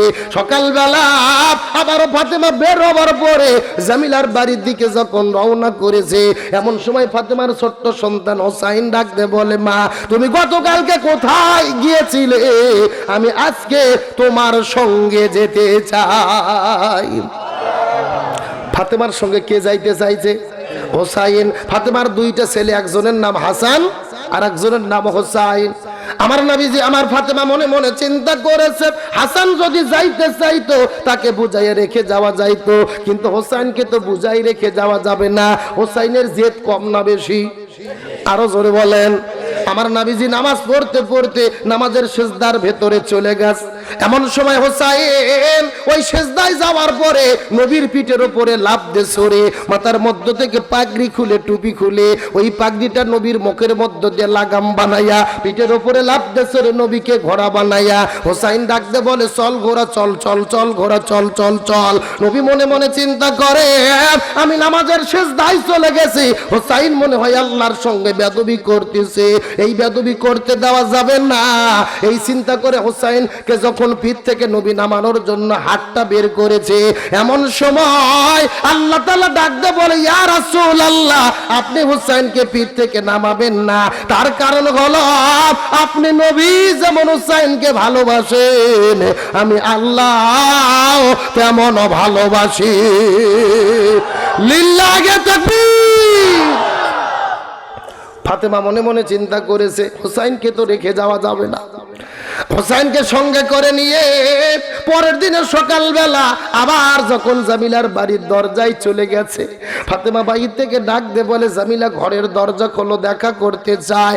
এমন সময় হোসাইন ডাক দে বলে, মা এই বাড়িতে কি গতকালকেও তুমি এসেছিলে? সুবহানাল্লাহ কোন। এই কথা কে বলছে?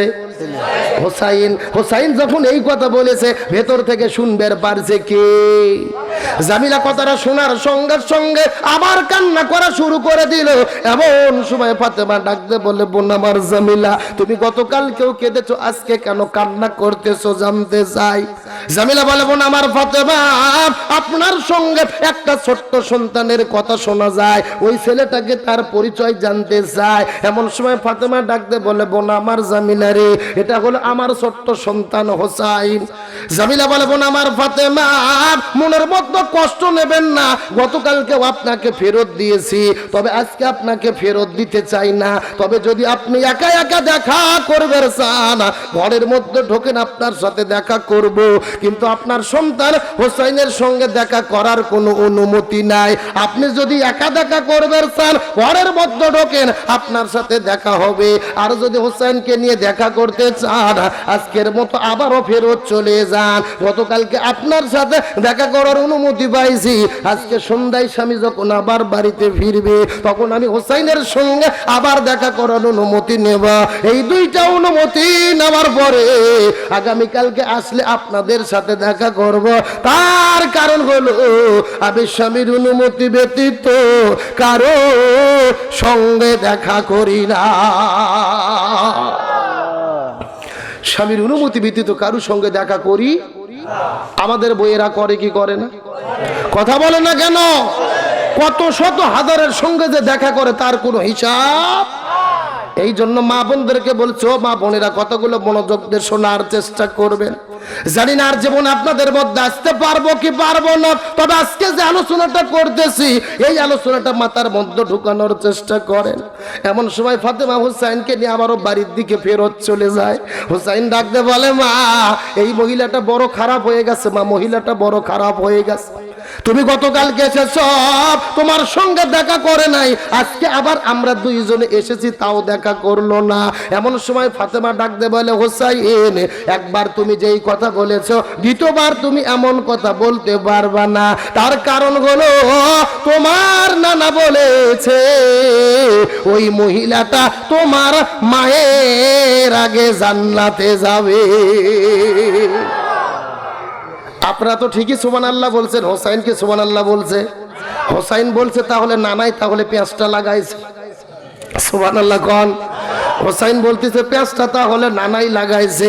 এই কথা বলার পরে মায়ের হাতটা চেপে ধরে নবীর কাছে যাওয়ার পরে ডাকতে বলে, নানা আপনি পেঁয়াজটা কেন লাগাইলেন? নানা পেঁয়াজটা কেন লাগাইলেন? ওই মহিলাটা কেন আমার মায়ের আগে জান্নাতে যাবে? এটা মানা যাবে না, সহ্য করা যায় না, মানতে পারি না, মানবো না। রাসূল বলে, হোসাইন পাগলামি করিস না রে, তুই ছোট্ট মানুষ, তুই বুঝতে পারবে না। ওই জামিলাটা সর্বপ্রথম জান্নাতে যাবে, এটা আমার কথা নয়, স্বয়ং আমার আল্লাহ করেছে ঘোষণা।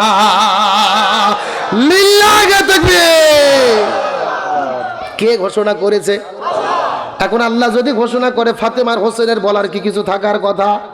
তারা বলছে আল্লাহ কেন বলল, কেন জান্নাতে যাবে? এই কেনর উত্তরটা জানতে চায়। রাসূল বলে, হোসাইন রে তোর মায়ের আগে জামিলা কেন জান্নাতে যাবে এটা জানবার গেলে 10 মিনিটের ওয়াজ শোনা লাগবে। জোরে বলেন কত মিনিট? আরো জোরে। আপনারা কি শুনবেন? আলোচনা কি চলবে? কারা কারা চলবে না হাত তোলেন।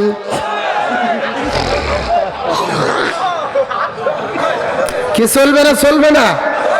এটা হলো হুজুগে বাঙালি, যাই বলে আই রে তারই সাথে যাই রে, বোঝা শোনা। সত্য সত্য কারা কারা চলবে হাত উঠান তো দেখে। লিল্লাহি তাকবীর। হাত নামান। আমার ভাইরা একজনও কোনো ওঠাউঠি করবেন না, শেষ কথা না শুনলে বোঝার কোনো বুদ্ধি নাই। আমি আপনাদেরকে বলেছিলাম নবীর জীবনে স্পেশাল গুণ কয়টা? আরো জোরে বলেন। এই 3টা গুণ বলতে গিয়ে 3টা কোরআন থেকে আয়াত তেলাওয়াত করব। যখনই তেলাওয়াত শেষ হবে সঙ্গে সঙ্গে আল্লাহু আকবার বলবেন, পারবেন না? নবীর জীবনের মধ্যে আল্লাহ 3টি স্পেশাল গুণ দিয়েছে। তার মধ্যে প্রথম নম্বর গুণ কি? আল্লাহ তাআলা বলেন, লাকাদ কানা লাকুম ফি রাসূলিল্লাহি উসওয়াতুন হাসানাহ। সূরা আযাব 21 নম্বর পারার 19 নম্বর পৃষ্ঠার 2 নম্বর লাইন 21 নম্বর আয়াতে কারিমা। তাফসীর ইবনে কাসির থেকে বলতেছি, আল্লাহ বলে পৃথিবীর মানুষেরা আমি নবীর জীবনের মধ্যে 3টা স্পেশাল গুণ দিয়েছি। তার মধ্যে প্রথম নম্বর গুণ হলো আমি নবীর জীবনের ভেতরে শ্রেষ্ঠ আদর্শ দান করেছি। 1 নম্বর শ্রেষ্ঠ, সবাই বলে মুখস্থ করেন, 1 নম্বর শ্রেষ্ঠ। তাহলে আদর্শ গ্রহণ করা লাগবে কার? রসুলের আদর্শ গ্রহণ করা লাগবে কার? কিন্তু রসুলকে বাদ দিয়ে অন্য কোন নেতার আদর্শ গ্রহণ করেছে এইরকম লোক আমার দেশে আসে না? নাই। আমার ভাইরা কান খাড়া করে কথাগুলো সুন্দর করে বোঝার চেষ্টা করবেন।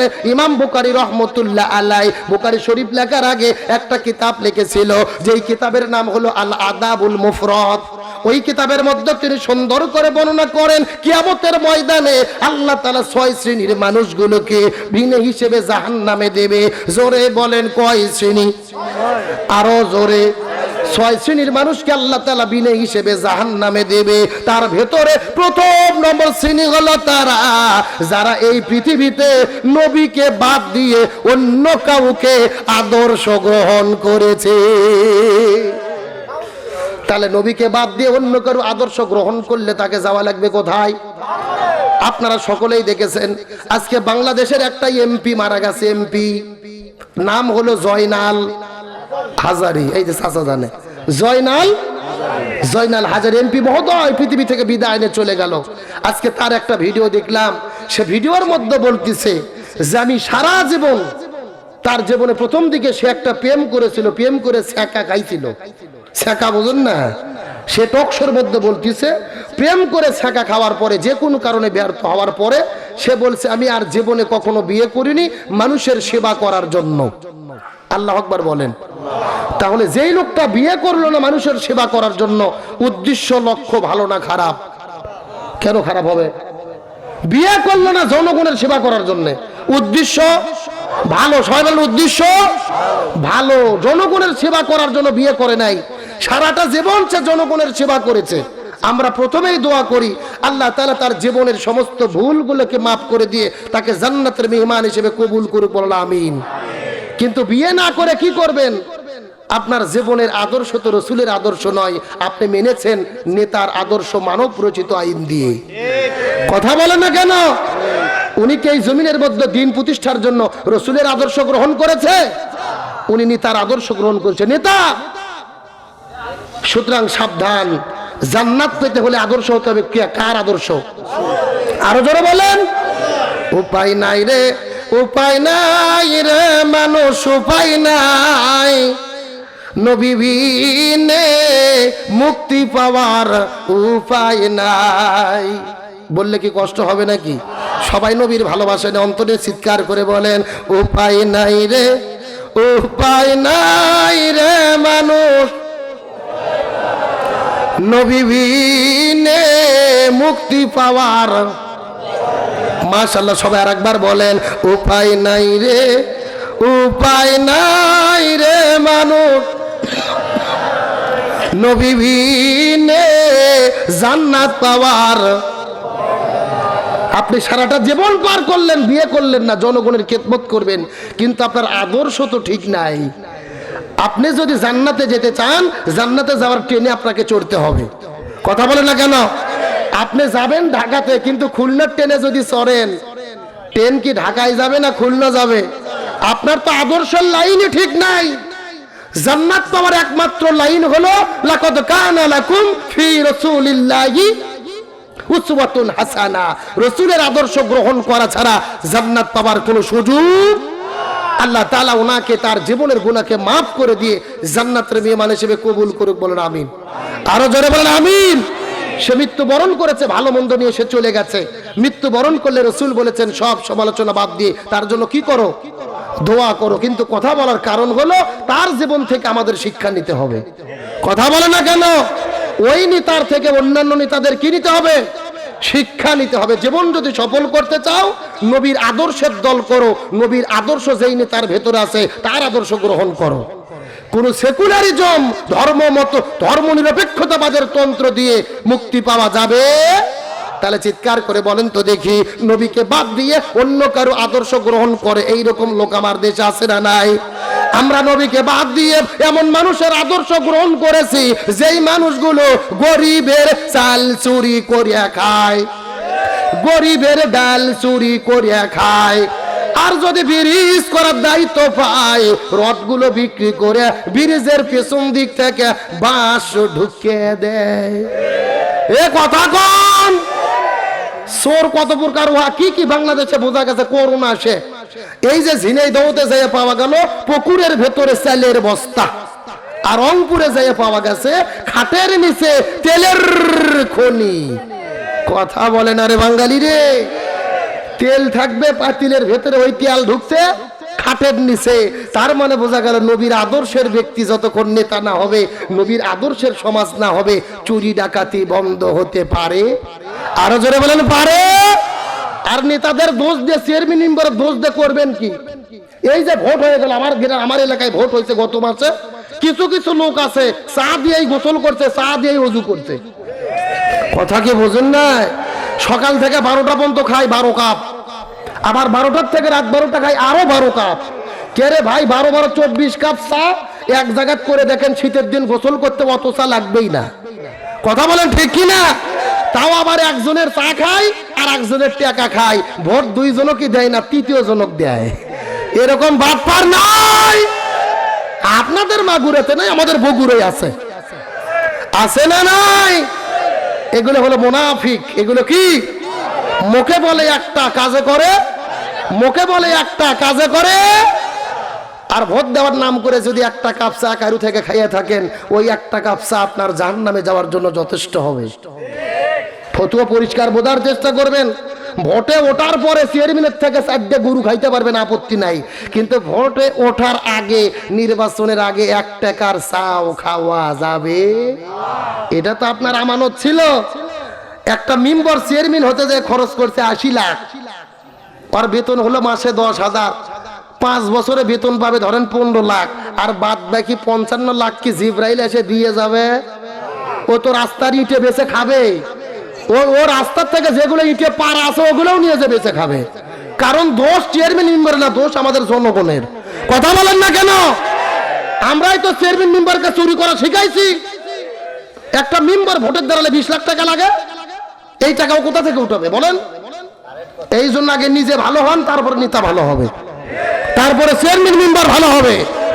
আগে নিজে ঠিক হতে হবে। নিজেরা টাকা খাইয়ে ভোট দেবেন, আর চেয়ারম্যান মেম্বার দোষ দিয়ে লাভ আছে? কোনো লাভ নাই। বোঝার সময় এসেছে। আল্লাহ তাআলা আমাদের হেদায়েত দান করুন, বলেন আমিন। আরো জোরে বলেন আমিন।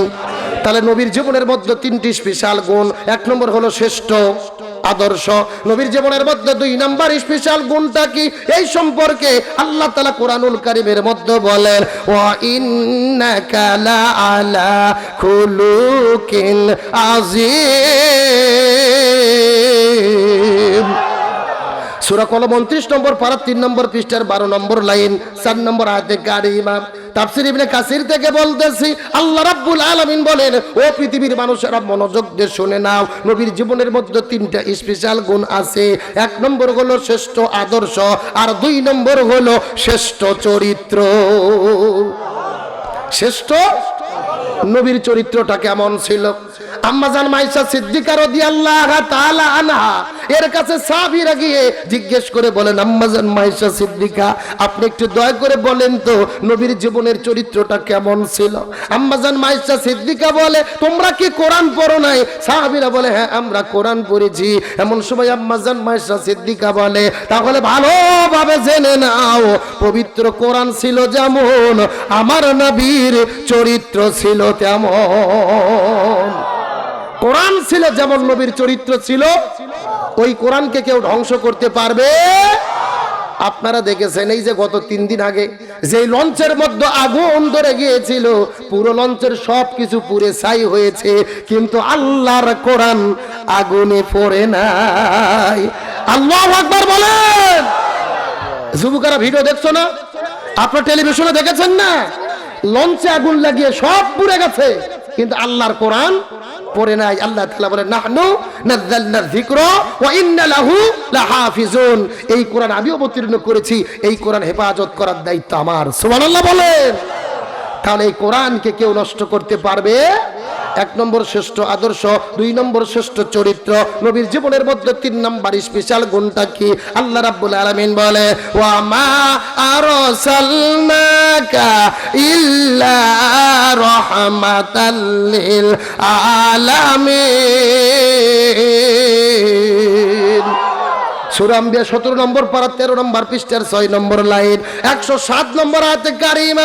তাফসীরে ফি জিলালিল কোরআন আল্লামা সাইয়্যিদ কুতুব রাহমাতুল্লাহ আলাইহি বলেন, ও পৃথিবীর মানুষেরা মনোযোগ দিয়ে শুনেন, আসমান বলো, জমিন বলো, গ্রহ বলো, নক্ষত্র বলো, জ্যোতিষ্ক মণ্ডলী বলো, নিহারিকা বলো, এই মহাবিশ্বের ভিতরে আল্লাহ তাআলা যতগুলো জগৎ সৃষ্টি করেছে, প্রত্যেকটা জগতের রহমত স্বরূপ আল্লাহ তাআলা নবীকে পাঠায়া দিয়েছে। আল্লাহর নবী, দিনের নবী গো, আপনি হলেন আমার জীবনের জীবন। নবীর নামে গান গেলে কি গুনাহ হবে নাকি? সবাই চিৎকার করে বলেন, আল্লাহর নবী, দিনের নবী গো, আপনি হলেন আমার রহমাতাল লিল আলামিন, আপনি উম্মতের জামিন, আপনি হলেন আমার নির্ধনের নির্ধন। আল্লাহর নবী, দিনের নবী গো, আপনি হলেন আমার।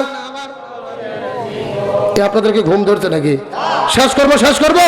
সবাই চিৎকার করে বলেন, আল্লাহর নবী, দিনের নবী গো, আপনি হলেন আমার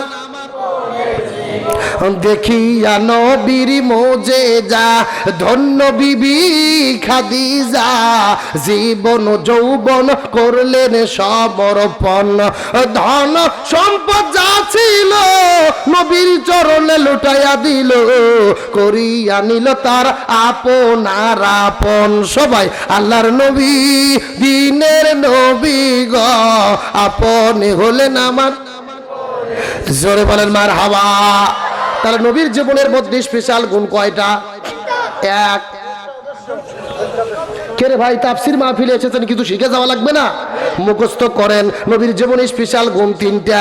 এক নম্বর শ্রেষ্ঠ আদর্শ, দুই নম্বর শ্রেষ্ঠ চরিত্র, তিন নম্বর শ্রেষ্ঠ রহমত। এক নম্বর শ্রেষ্ঠ আদর্শ, দুই নম্বর শ্রেষ্ঠ চরিত্র, তিন নম্বর শ্রেষ্ঠ রহমত। চিৎকার করে বলেন নবীর জীবনে স্পেশাল গুণ কয়টা?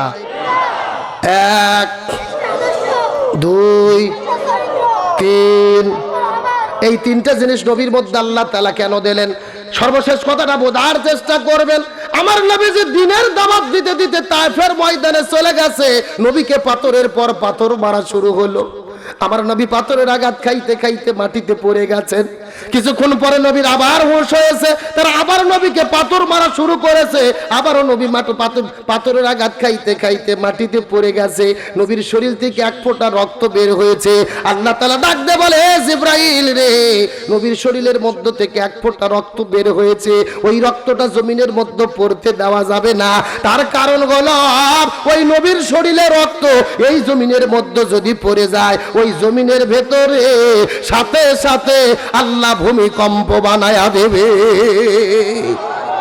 এখন আপনাদের জিজ্ঞাসা করি, ও মুসলমান ভাইরা, নবীকে যে পাথর মেরে মেরে রক্তাক্ত করে মাটিতে ফেলে দেওয়া হলো, নবী কি চোর ছিল, ডাকাত ছিল, নারী ধর্ষণ করেছিল? তাহলে বলেন তো দেখি, নবীকে কেন পাথর মেরে মেরে রক্তাক্ত করা হলো? কালেমার দাওয়াত দেওয়ার কারণে, হক কথা বলার কারণে, এই সমাজে দিন প্রতিষ্ঠার কথা বলার কারণে। ও মাগুরার মুসলমান, এখান থেকে বোঝা যায় আপনিও যদি নবীর পথে চলেন, নবীর তরিকায় জীবন যাপন করেন, ওই নবীর তরিকায় এই সমাজে দিন প্রতিষ্ঠার কথা বলেন, ওই নবীর তরিকায় মাঝে মধ্যে আপনারও শরীরের রক্ত ঝরানো লাগতে পারে। নবী শরীর থেকে রক্ত ঝরাইছে, দিনের পর থেকে পিছুবা হয় নাই। ওদের যুদ্ধের দিনে নবীর দাঁতের মধ্যে পাথর মারিয়ে নবীর দন্দন মোবারককে শহীদ করে দেওয়া হলো। তারপরে নবীর দিনের দাওয়াত দেওয়া ছাড়লো না, তারা নবীকে একটা জেলের মধ্যে বন্দি করলো। যে জেলের নাম হলো শিবে আবু তালিব। কি নাম বললাম? ওই শিবে আবু তালিব নামক জেলখানার ভেতরে নবীকে 3.5 বছর ধরে তারা বন্দি রেখেছে। এই পৃথিবীর এমন কোন জেলখানা নাই যেই জেলখানার ভেতরে দিনে অন্তত একবার দুইবার খাবার দেওয়া হয় না, কিন্তু আমার নবীকে তারা এমন জেলে বন্দি করেছে, দিনের পরে দিন যায়, মাসের পরে মাস যায়, নবীকে খাবার দেয় নাই। ওই নবীর সাহাবীরা জেলখানার ভেতরে খাবার না পেয়ে গাছের পাতাগুলো ছিঁড়ে ছিঁড়ে খেয়েছে। এখন আপনাদের জিজ্ঞাসা করি, ও মাগুরার মুসলমান, নবীকে যে জেলের মধ্যে বন্দি করলো, নবী কি চোর ছিল, ডাকাত ছিল, নারী ধর্ষণ করেছিল? তাহলে বলেন তো দেখি, নবীকে কেন জেলের মধ্যে বন্দি করা হলো? কালেমার দাওয়াত দেওয়ার কারণে, হক কথা বলার কারণে। ও মাগুরার মুসলমান, এখান থেকে বোঝা যায় আপনিও যদি নবীকে অনুসরণ করেন, ওই নবীর তরিকায় আপনাকেও মাঝে মধ্যে জেলে যাওয়া লাগতে পারে। এখন চিৎকার করে সবাই বলেন তো, আপনারা নবীকে অনুসরণ করতে রাজি আছেন না নাই? আরো জোরে বলেন, রাজি আছেন না নাই? আমরা নবীকে অনুসরণ করব। নবীকে অনুসরণ করতে গেলে নবীর তরিকায় ঘর বাড়ি ছাড়া লাগবে, রাজি আছেন? নবীর তরিকায় জেলে বন্দী হওয়া লাগবে, রাজি আছেন? নবীর তরিকায় শরীর থেকে রক্ত ঝাড়ানো লাগবে, রাজি আছেন? আমরা নবীকে অনুসরণ করব, প্রয়োজনে ঘর বাড়ি ছাড়বো, জেলের মধ্যে বন্দী হব, প্রয়োজনে রক্ত দেব, জীবন দেব, শহীদ হতে প্রস্তুত থাকবো, তারপরও নবীর পথ থেকে পিছুপা হব না। কারা কারা রাজি আছেন? বাঘের মতো হাতগুলো উঠায়া দেখান। লিল্লাহি তাকবীর। আল্লাহ তাআলা কবুল করে বলেন আমিন। আরো জোরে বলেন আমিন। আলোচনা কার কিছুক্ষণ চলবে? কথা বলেন, চলবে? কারা কারা চলবে হাত তোলেন তো। লিল্লাহি তাকবীর। নাই আগের মতো সাউন্ড নাই, হাত নামান। আপনাদের এখানে কি ফুটবল খেলা হয়? বিয়ে বিয়ে খেলা হয়েছে না? এক পাশে যারা বিয়ে করছে তারা, আর এক পাশে যারা বিয়ে করেনি তারা, এরকম খেলা হয় না? এখন একটা তাকবীর দেব, প্রথমে তাকবীর দেবে যারা বিয়ে করেনি তারা, তারপরে তাকবীর দেবে যারা বিয়ে করেছে তারা। দেখি কাদের সাউন্ড বেশি দেখার দরকার আছে না নাই।